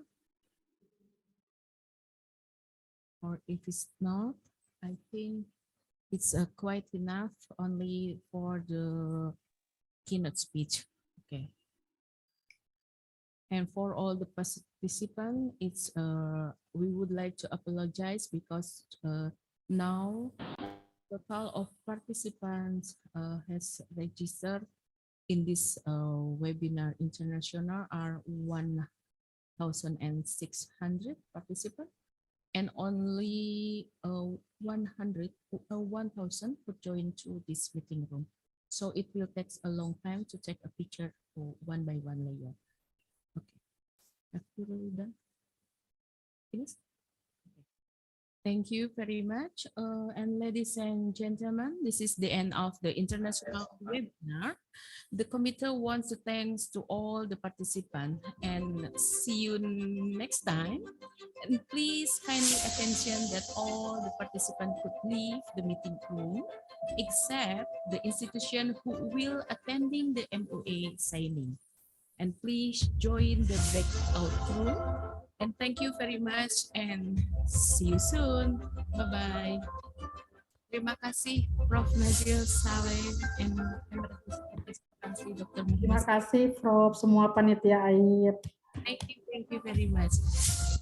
I'd like to inform you for all the participants that we will attending the MoA signing. Please join in the breakout room and remember that you have to rename your account Zoom with the number that we have already shared the name of institution in the WhatsApp. Sudah dibuka. Bagi Bapak bukan kegiatan untuk MoA signing, mohon dapat join di breakout room dan jangan lupa untuk merename akun Zoom sesuai dengan nomor urut institusi yang terdapat di WhatsApp group. Sekali lagi kami informasikan bahwa sesaat lagi kita akan memasuki acara the main acara ya, yaitu penandatanganan MoA. And all the participants, please join the breakout room and don't forget to rename your Zoom account with the number which is we have already shared it to the WhatsApp group. Thank you. Dek, sini, Dek.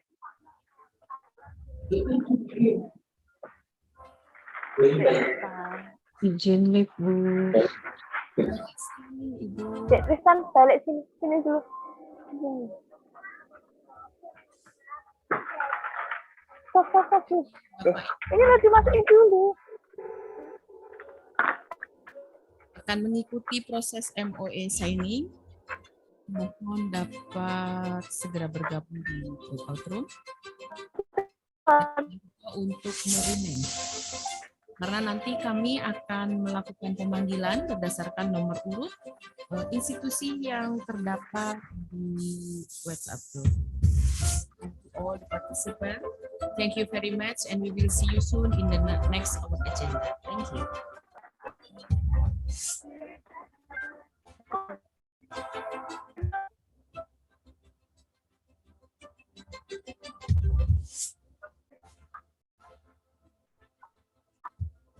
Mohon perhatiannya bahwa acara akan kami lanjutkan dalam 10 menit ke depan. Jadi mohon agar Bapak Ibu yang berada di lokasi di mana tempat Bapak Ibu berada, terutama bagi institusi yang akan melanjutkan proses MoA signing, mohon agar segera mempersiapkan diri dan kami nanti akan melakukan pemanggilan berdasarkan nomor urut pemanggilan institusi. Jadi bagi Bapak Ibu yang tidak merubah akun Zoom, kami akan mengalami kesulitan ya untuk memanggil nanti nama-nama institusi, dan sebagai resiko itu bisa berdampak kepada Bapak Ibu nanti tidak akan muncul dalam display Zoom kami. Jadi mohon kerjasamanya agar dapat merename sesuai dengan nomor urut, karena kami akan segera memindahkan Bapak Ibu sekalian di breakout room. Terima kasih.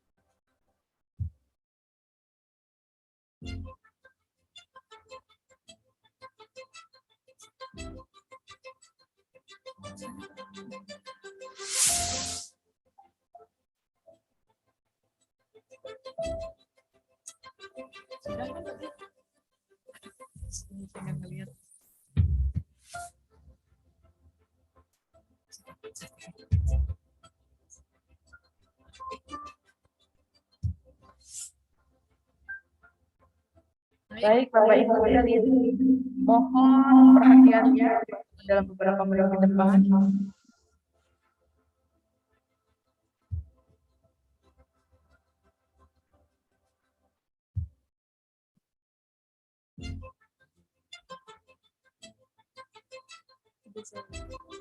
Baik Bapak Ibu, kami mohon perhatiannya dalam beberapa menit ke depan. Kita akan memulai kegiatan utama dari webinar live ini, yaitu penandatanganan MoA. Mohon kerjasamanya bagi Bapak Ibu untuk segera bergabung di grup.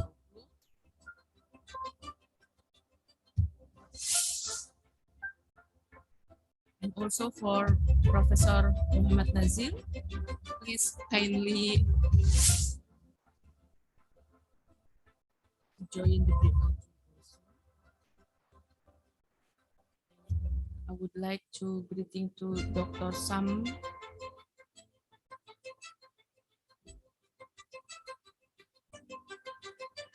Selamat siang Pak Sam.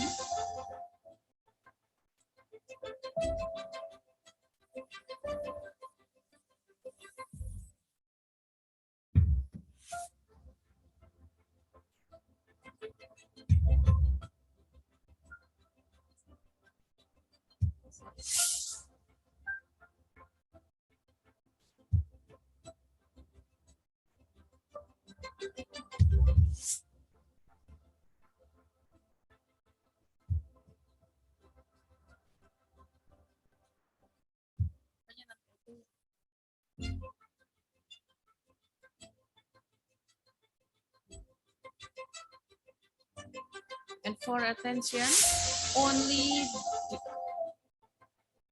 Bapak Ibu, kami mohon kerjasamanya bahwa yang bergabung di breakout room itu hanya pejabat yang akan menandatangani beserta PIC kerjasama masing-masing institusi. Kerjasamanya agar pengunjung di luar itu dapat mengikutinya melalui live YouTube. Dan PIC kerjasama di masing-masing institusi, kami mohon perkenannya untuk segera bergabung. Terima kasih.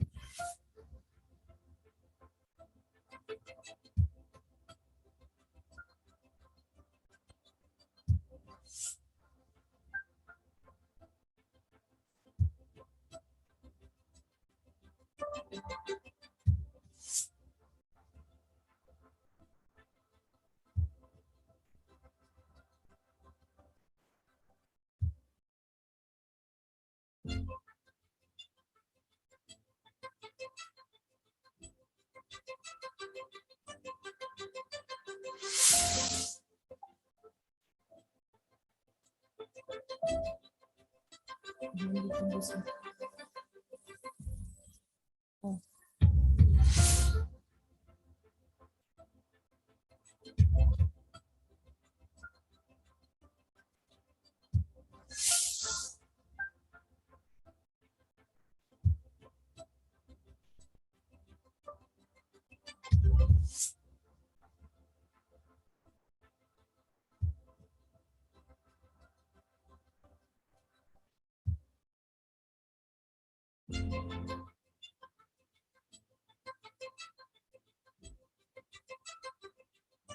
Mana-mana saya mau.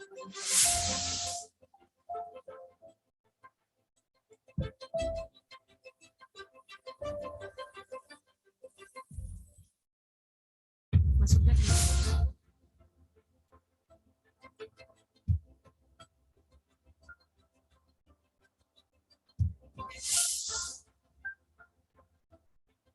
Baik, Bapak Ibu, mohon perhatiannya sejenak bahwa room yang digunakan itu adalah yang MoA room. Silakan bergabung dengan nama yang terteranya itu adalah MoA room. Terima kasih.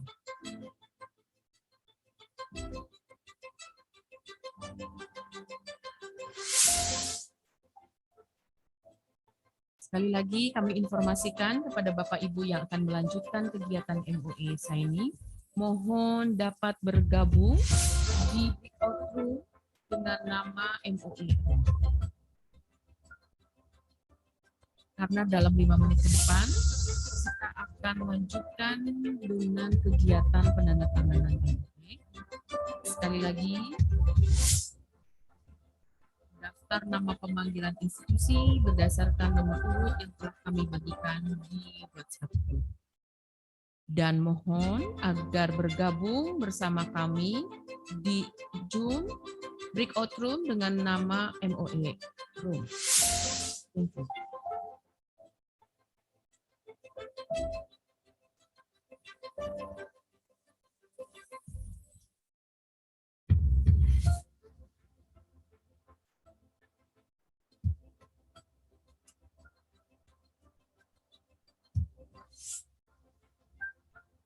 Ibu, seminar internasional sudah selesai dan Bapak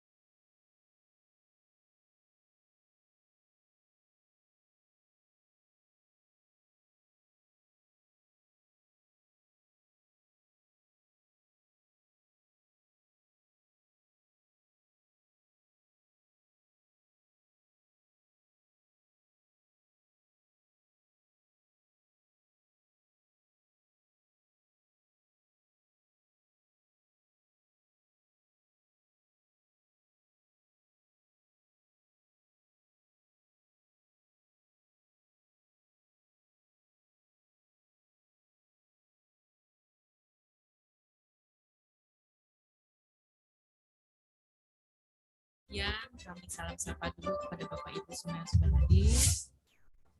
Terima kasih banyak sudah berkenan hadir di khusus untuk MoA. Di sini saya sudah lihat, sudah nampak di layar Ibu Lucia Sincu. Selamat pagi, Bu. Mudah-mudahan Ibu semuanya dalam kondisi sehat.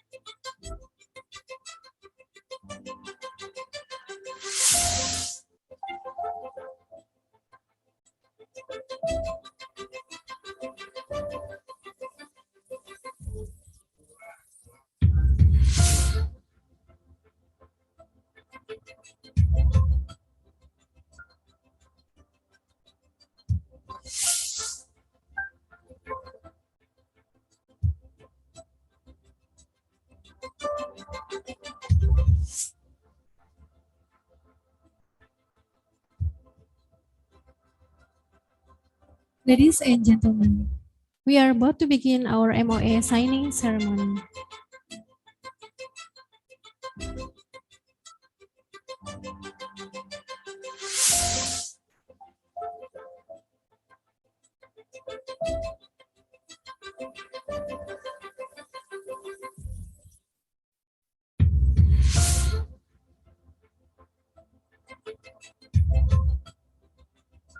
Good afternoon, ladies and gentlemen. Assalamualaikum warahmatullahi wabarakatuh.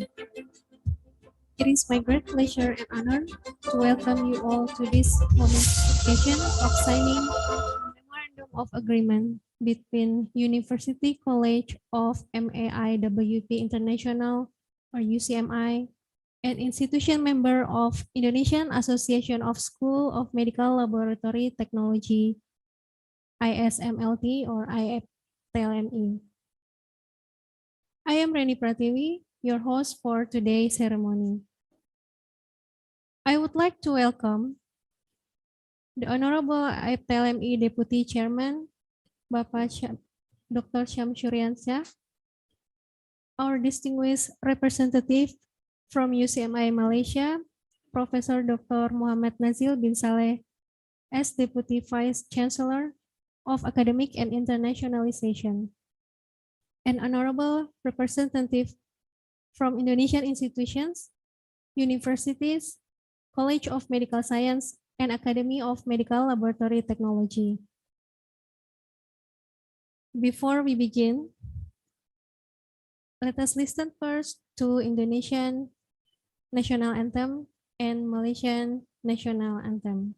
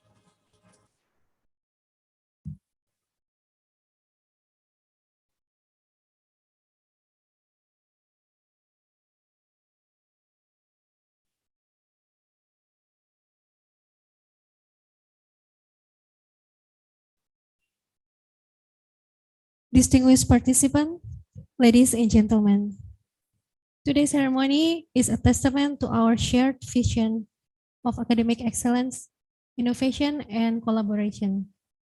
The MoA aims to establish a framework for more opportunities for academic cooperation, student and faculty exchange, joint research project, and curriculum development between the institutions involved. Now, ladies and gentlemen, let us warmly invite Yang Terhormat Bapak Dr. Syam Syuriansyah, Deputy Chairman of AIPTLMI, for his speech. Please welcome Bapak Dr. Syam.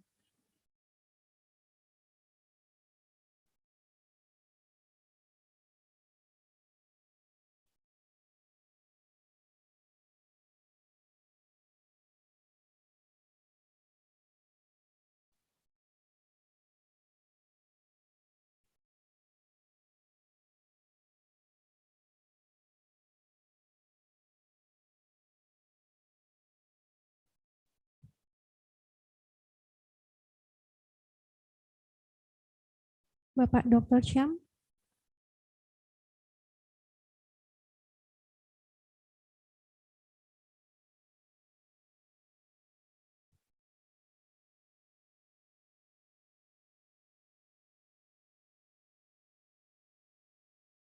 Bapak Dr. Syam, could you please unmute your microphone?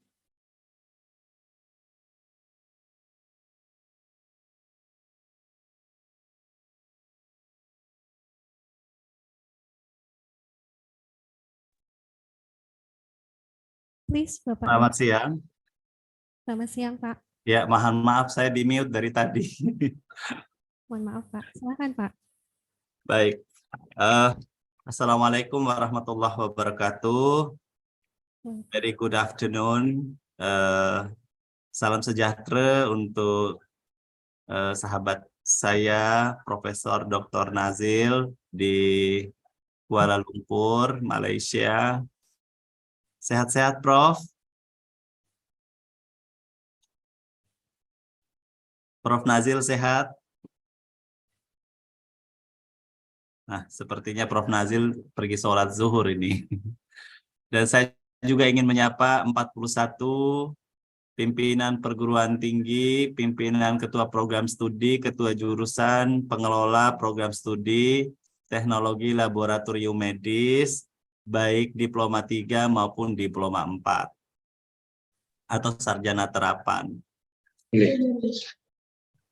Pada siang hari ini kita patut bersyukur kepada Allah Subhanahu wa taala, Tuhan yang Maha Esa, karena berkat kesehatan, kesempatan, sehingga pada siang hari yang berbahagia ini kita bisa bersama-sama hadir meskipun dalam keadaan virtual.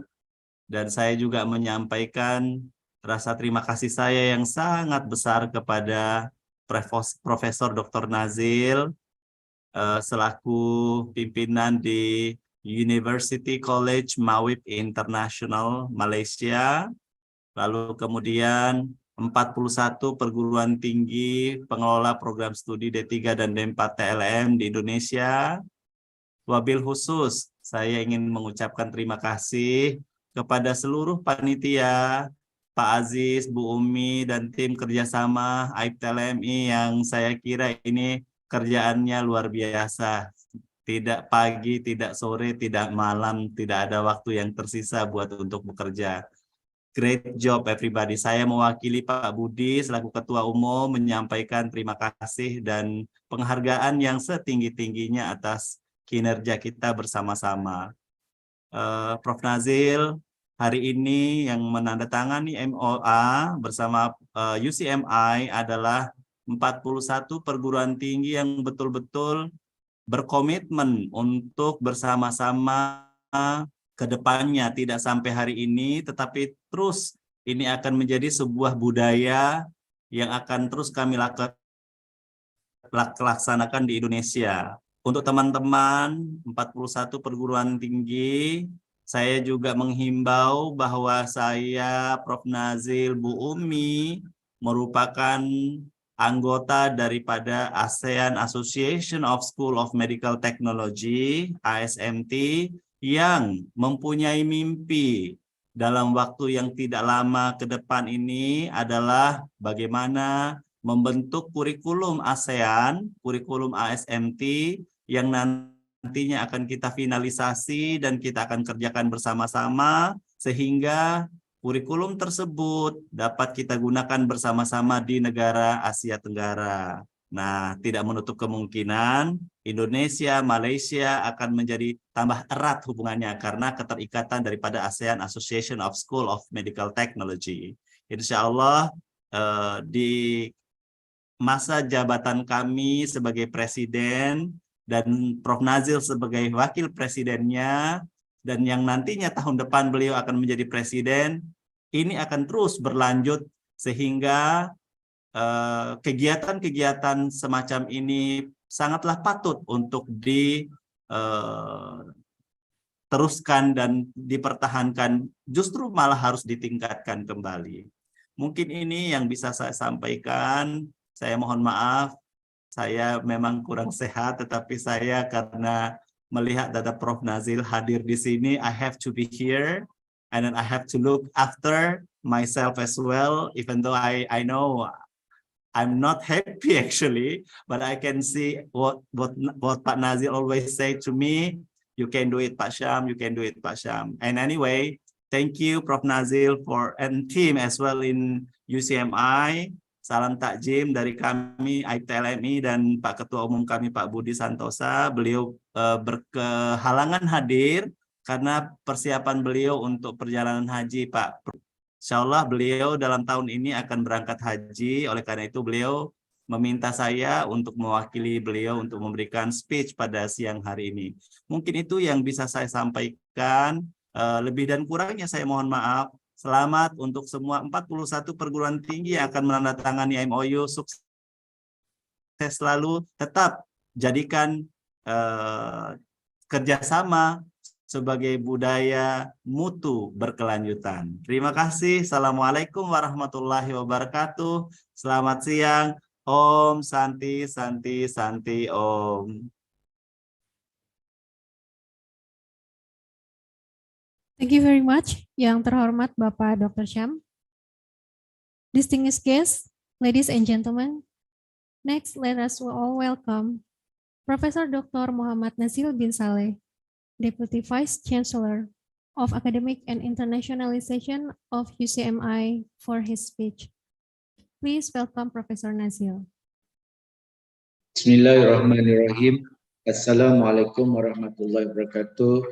Thank you, Dr. Rini, is our moderator and also our MC today. Alhamdulillah, bersyukur kita kehadrat Allah Subhanahu Wa Taala kerana pada hari ini kita dapat sama-sama merealisasikan majlis menandatangani bagi 41 institution daripada Indonesian Association of School of Medical Laboratory Technologies from Indonesia. Terlebih dahulu saya sampaikan salam Prof. Wan Azizi, our Vice Chancellor, is not available today. Currently, he was in Dhaka, Bangladesh, for the student international recruitment for postgraduate and undergraduate student. And also our registrar, Puan Norita, also not available. She currently in Mekah for Hajj, sama dengan Pak Budi tapi registrar saya sudah ke sana. Okay, so Alhamdulillah, I hope from this MoU and also MoA will be benefit to both all institutions between all the universities, polytech in Indonesia and also in Malaysia, especially for UCMI.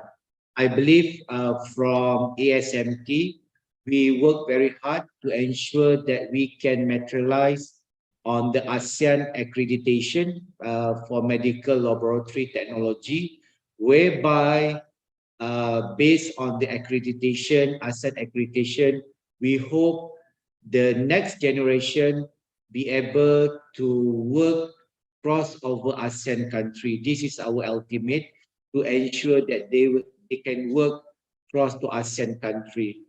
So we was given the task, hopefully by next year, all the document from Thailand, from Philippines, Malaysia, Indonesia, Cambodia, and also Laos will be finalized on the accreditation. And inshallah, by next year, we will start on the pilot, studies to ensure the exchange in terms of the graduates working in this country will be materialized. That is one thing. Along the way, regarding our MOU and also MoA, inshallah, this year, UCMI will be organized the ASEAN Inbounds Academic Mobility program will be held on 2nd to 16 October 2023 in conjunction of 30 years of UCMI, inshallah. And we also will be run on the 2nd International Conference of Science, Technology, Education and Management on the 5th October at Kuala Lumpur. And inshallah, all the papers, including extract, will be published in ASM Science Journal Scopus 4. So we really hope everyone will be participate to send the article, and it's a free of charge to everyone on the papers, but you have to register on the registration for the conference. And all the paper will be published in Scopus 4, inshallah. We are in the process, and the website for registration will be available on 4th July 2023. So you can register both inbounds and also conference through our website. Inshallah will be available on the 4th of July 2023. So Thank you. I hope based on our MOU, we will trigger more activities for the students, for the docent, and for the institution, inshallah. I really hope we can do some rotation after this. Maybe next year will be Indonesia will be host, and we will participate. The international conference or mobility program in Indonesia, inshallah. With that, I end my presentation. Assalamualaikum warahmatullahi wabarakatuh. Waalaikumsalam warahmatullahi wabarakatuh. Thank you very much, Professor Nazil, for the information regarding the available activities for the lecturers and students following the MoA signing today. Before we proceed to the signing ceremony, we would like to introduce UCMI through video. Please join us follow the video introduction. Segalanya bermula dengan impian dalam pencarian erti kehidupan yang sebenar.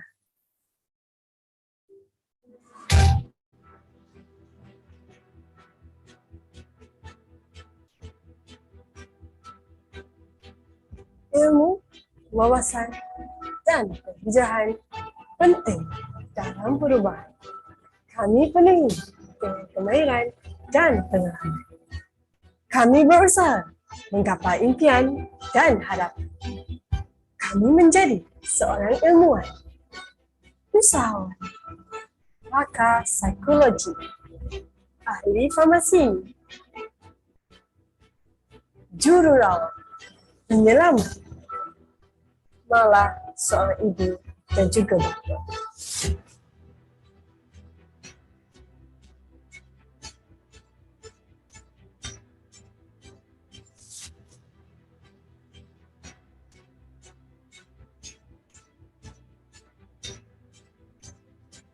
Ujang, apa yang diuji? Ayo, mulai kalian.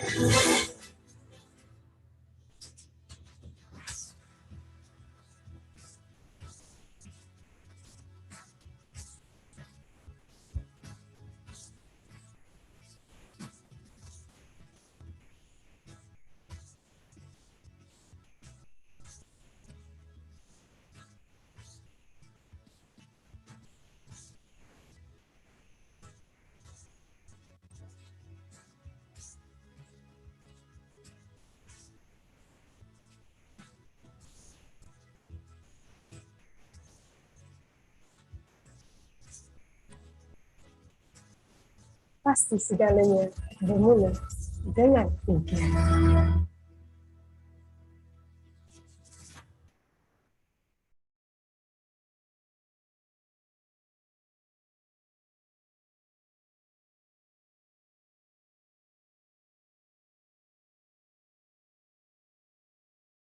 Distinguished guests, representatives, ladies and gentlemen, now we have arrived to the ceremony, the signing of our agreement.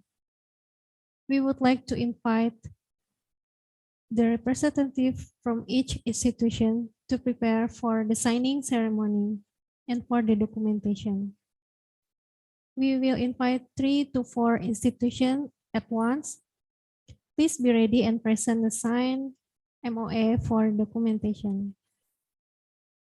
We would like to invite Akademi Analis Kesehatan Anasar, Akademi Analis Kesehatan D5 Husada Gresik, Akademi Analis Kesehatan Pekalongan, Institut Ilmu Kesehatan Bakti Wiyata Kediri.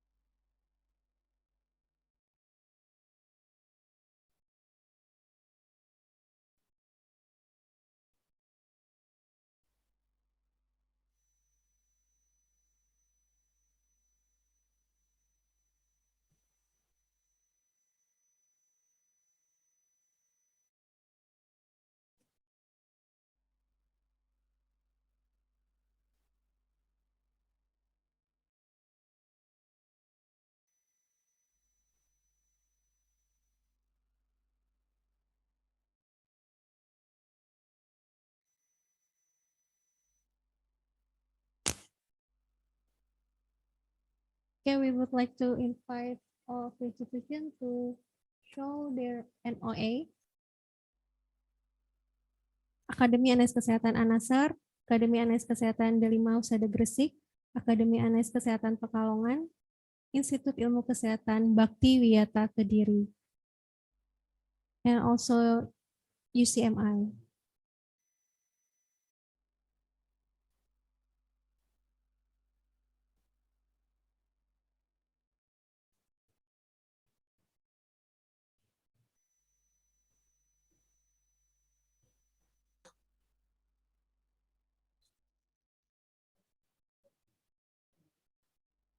Kami persilakan kepada institusi melakukan dokumentasi.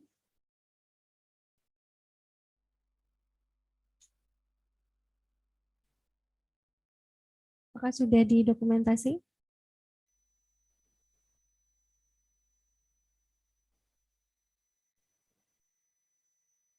Baik, terima kasih. Thank you very much, Prof. Nasil. We continue to the next institution. I would like to call representative from Institut Ilmu Kesehatan dan Teknologi Muhammadiyah Palembang, Institut Kesehatan Raja Wali, Politeknik Bina Husada Kendari, Politeknik Katolik Mangun Wijaya.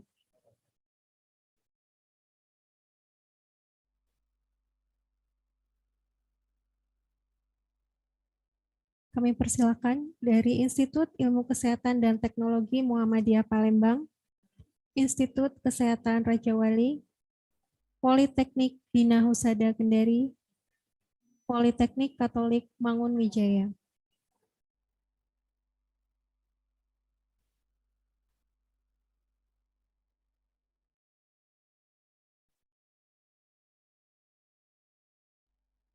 Baik, saya persilakan untuk mempersiapkan diri.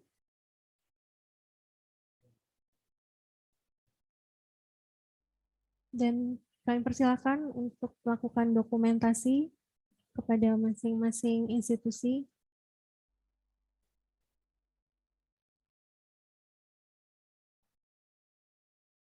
Terima kasih. Thank you very much.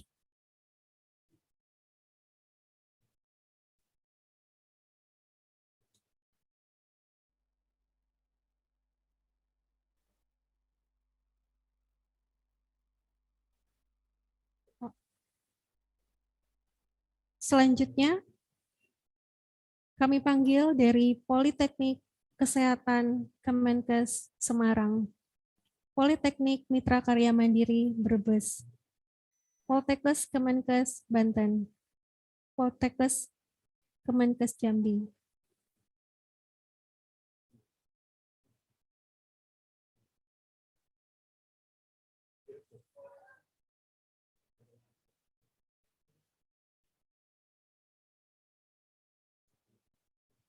Kepada yang terhormat, perwakilan dari Politeknik Kesehatan Kemenkes Semarang, Politeknik Mitra Karya Mandiri Brebes, Poltekkes Kemenkes Banten, dan Poltekkes Kemenkes Jambi untuk mempersiapkan diri.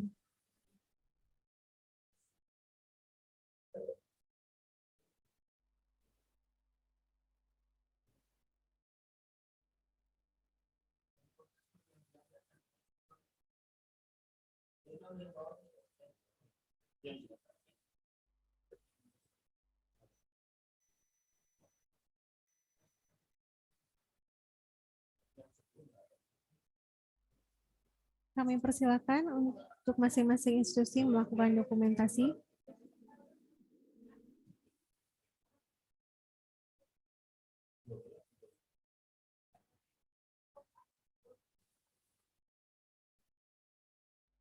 Baik, terima kasih.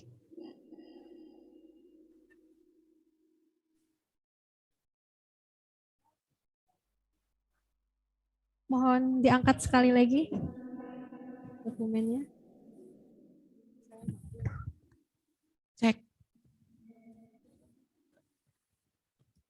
Kami ulangi kembali, mohon izin Mbak. Politeknik Kesehatan Kemenkes Semarang. Oh, pose foto saya ngambil. Oke, kita ambil teks untuk foto dalam hitungan ketiga. 1, 2, 3. Baik, terima kasih sudah Bapak Ibu sekalian. Terima kasih. Dilanjutkan Mbak Reni. Selanjutnya kami panggil perwakilan dari Poltekkes Kemenkes Kupang, Poltekkes Kemenkes Makassar, dan Poltekkes Kemenkes Manado.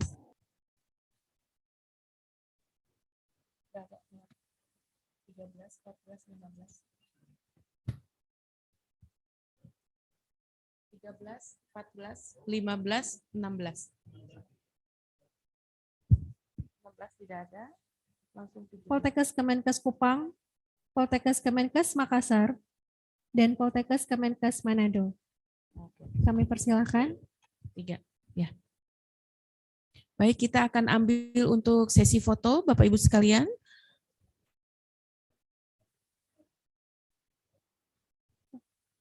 nomor 17. Jadi nomor 14, 15, dan 17. Baik. 1, 2, 3. Mohon izin, ini untuk yang pihak Staba masih dalam persiapan, ditunggu sebentar Mbak Reni. Bu Rani dapat memperlihatkan foto dokumennya untuk diambil foto session? Mohon maaf untuk Poltekkes Kupang. Oh oke, sebentar, mohon izin Pak, sebentar. Poltekkes Kupang nomor 13. Ini nih. Oke, ada. Baik, terima kasih. Baik, terima kasih. Baik, Bapak Ibu sekalian, kita akan mengambil sesi foto dalam hitungan ketiga. 1, 2, 3.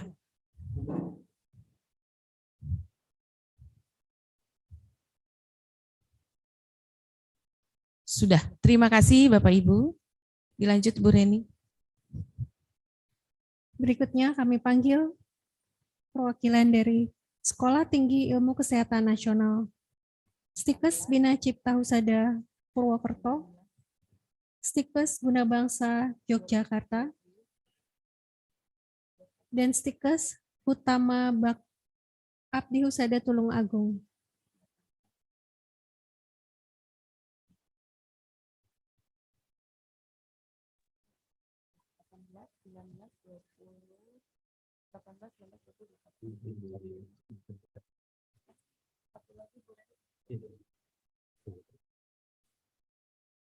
Sekolah Tinggi Ilmu Kesehatan Nasional, Stikes Bina Cipta Husada Purwokerto, Stikes Guna Bangsa Yogyakarta, Stikes Utama Abdi Husada Tulung Agung. Dan satu lagi Stikes Muhammadiyah Ciamis. Baik.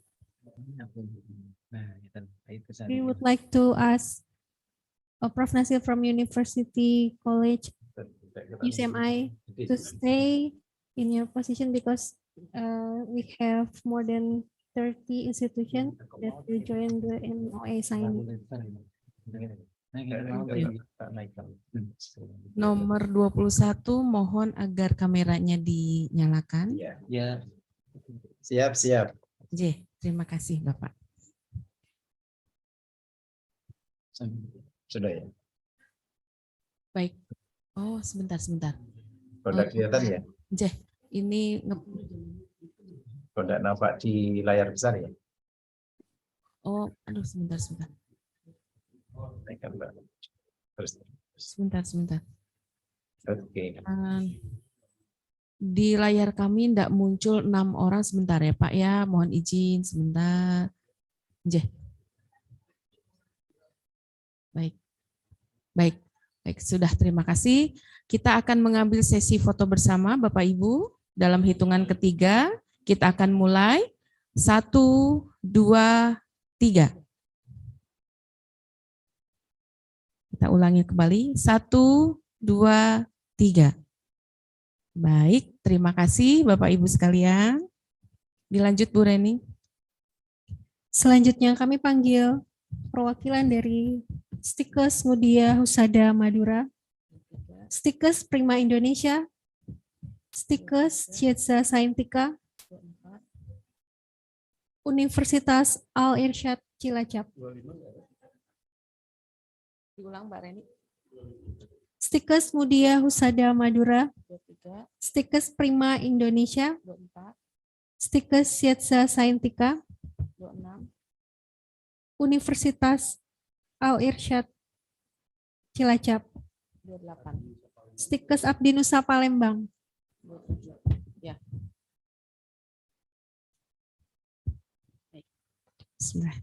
Baik Bapak Ibu, sudah dalam posisi terbaiknya. Kita akan mengambil sesi foto bersama. Dalam hitungan ketiga, kita akan mulai. 1, 2, 3. Baik, ditunggu sebentar karena ini Abdi Nusa belum pas. Oke, kita mulai kembali. Mohon izin Bapak Ibu. Kita akan ambil kembali sesi fotonya. 1, 2, 3. Sudah. Baik, terima kasih Bapak Ibu sekalian. Dilanjut Bu Reni. Selanjutnya,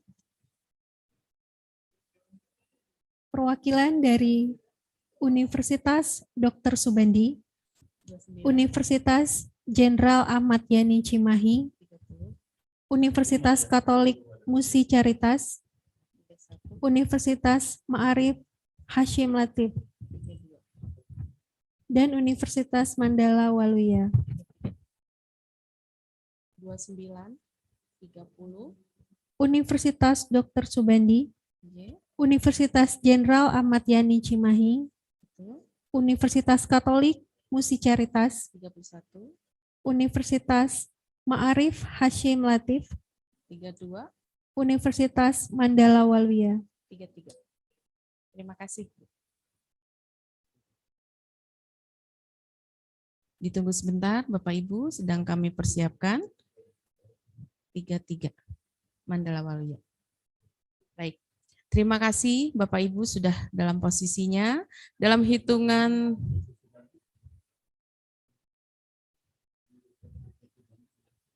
baik, mohon izin Universitas Dr. Subandi, mohon perkenan untuk menampilkan dokumennya Pak. Baik, terima kasih.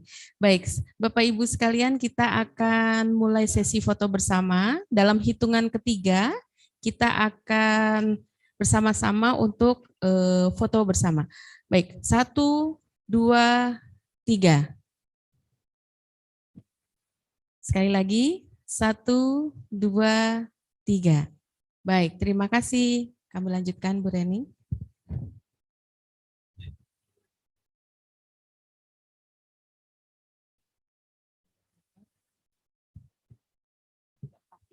Sekarang tidak.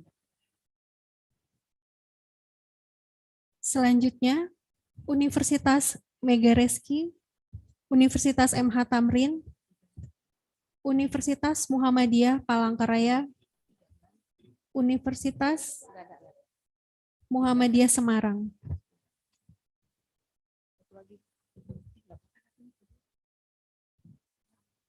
Universitas Megareski, Universitas MH Tamrin, Universitas Muhammadiyah Palangkaraya, dan Universitas Muhammadiyah Semarang. Mohon izin Universitas Muhammadiyah Semarang, mohon dapat menyalakan kameranya.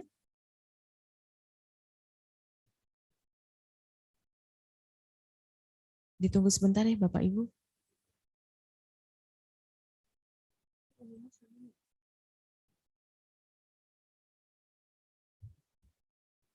Mohon izin kalau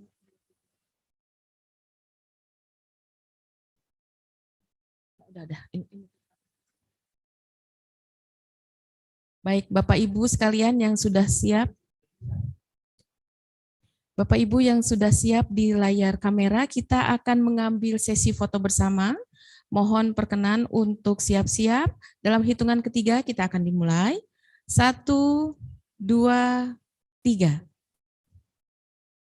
Oke, sekali lagi. 1, 2, 3. Baik, terima kasih Bapak Ibu. Oh, 41 yang panjang. Terima kasih, saya kembalikan kembali ke Bu Yureni.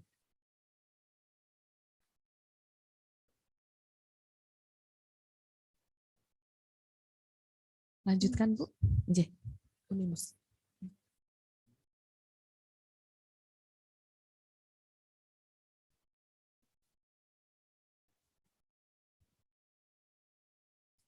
Baik, kami panggil selanjutnya perwakilan dari Universitas Muhammadiyah Semarang, Universitas Muhammadiyah Sidoarjo, Universitas Nahdlatul Ulama Sumatera Utara, dan Universitas Setiabudi.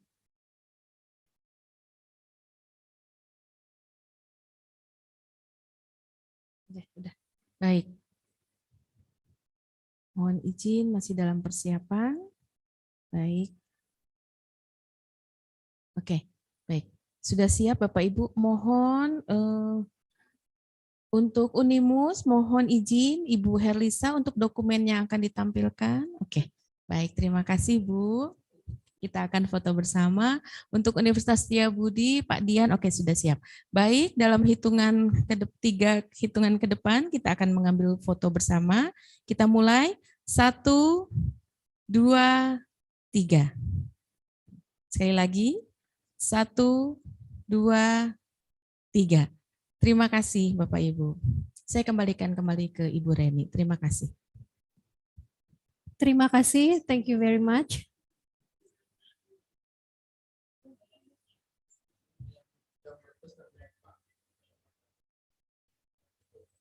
Ladies and gentlemen, now we are at the end of the ceremony.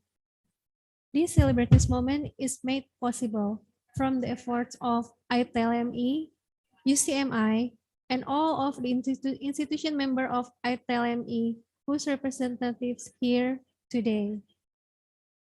On behalf of AIPTLMI, I would like to express our sincere gratitude to the leaders and representatives for the hard work and dedication in making this agreement possible.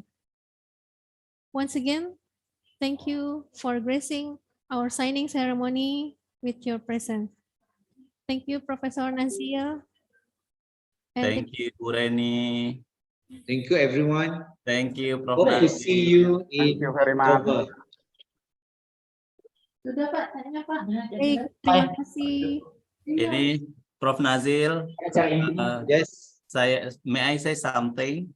Yeah, sure. Can. Yeah, regarding to the international mobility that you are going to conduct this year, right? Yes, this year.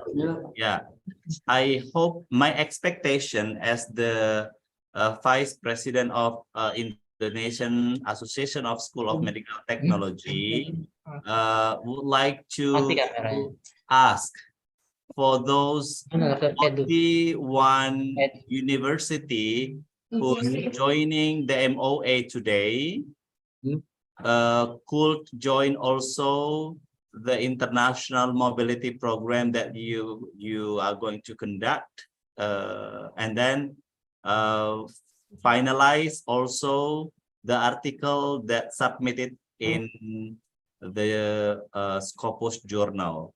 This is our expectations. Otherwise, the 41 universities that could join in your activity. Yes, inshallah, because this time we will make the mobility with the industry as well. That is our plan. And also for the conference, definitely all the manuscript and also basically the manuscript will be published in Scopus Q4, inshallah. All because right. we already finalized. So we really hope to see everyone in 41 institution will come and participate during the events. As you We'll update. just Yeah, we will update clarifying, you. just confirm Yeah. that what you have been talking just now about the registration, is that free, right? For the papers, I think the registration for the conference you have to pay. I But for mean, the paper, the Scopus one is free, right? For the paper is free. As long as you register the conference, we already include in the publication as well. Right. But yeah, may I ask you that 41 university that joining today is your preference? They have to be the first accept by yes, I will UCMI. consider the 41 will be our priority, inshallah. Okay, make it priority for the 41 university from Indonesia. As the one of the more implementation of MoA like what we have been doing today. Yes, inshallah.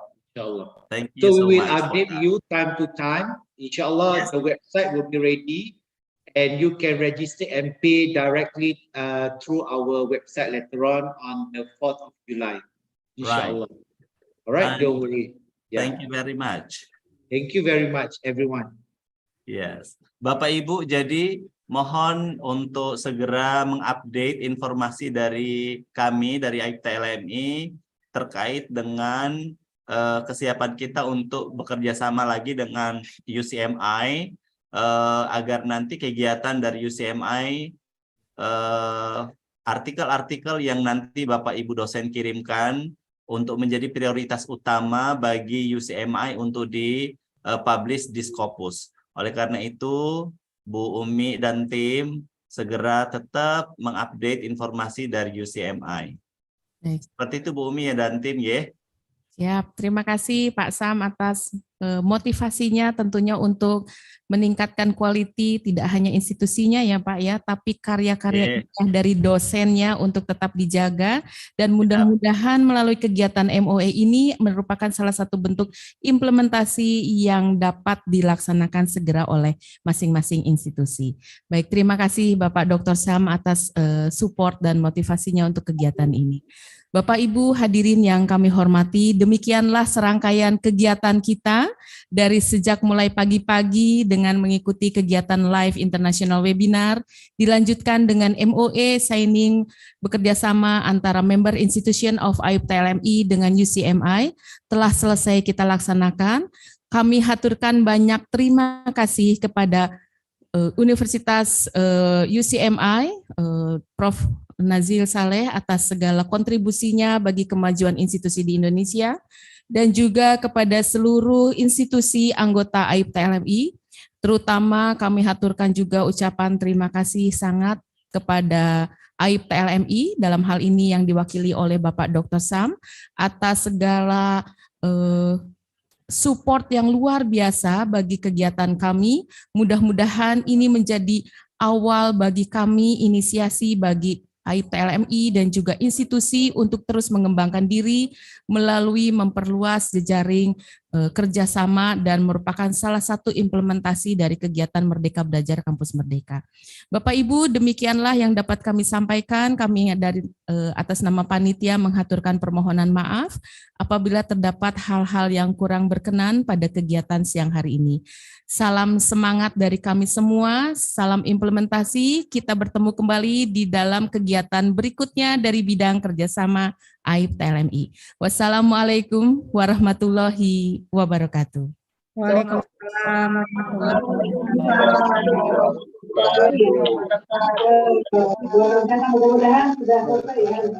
Good job. Terima kasih Pak Sam. Get well soon ya. Izin live ya. Yes. Terima kasih. Bapak Ibu semuanya. Ya, Pak Wawan, makasih ya.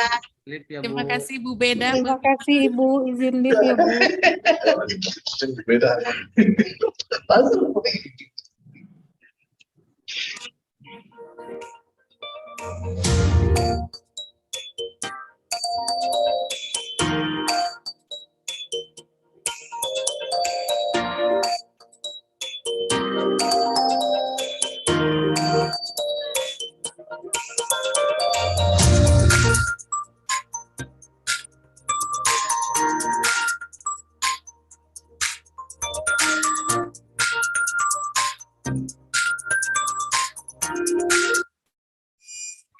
Dengan Pak Rizam.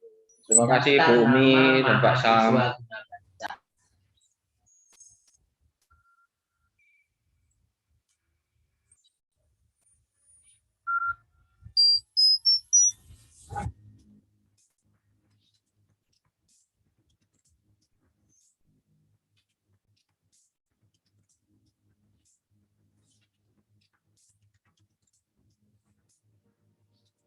Thank you.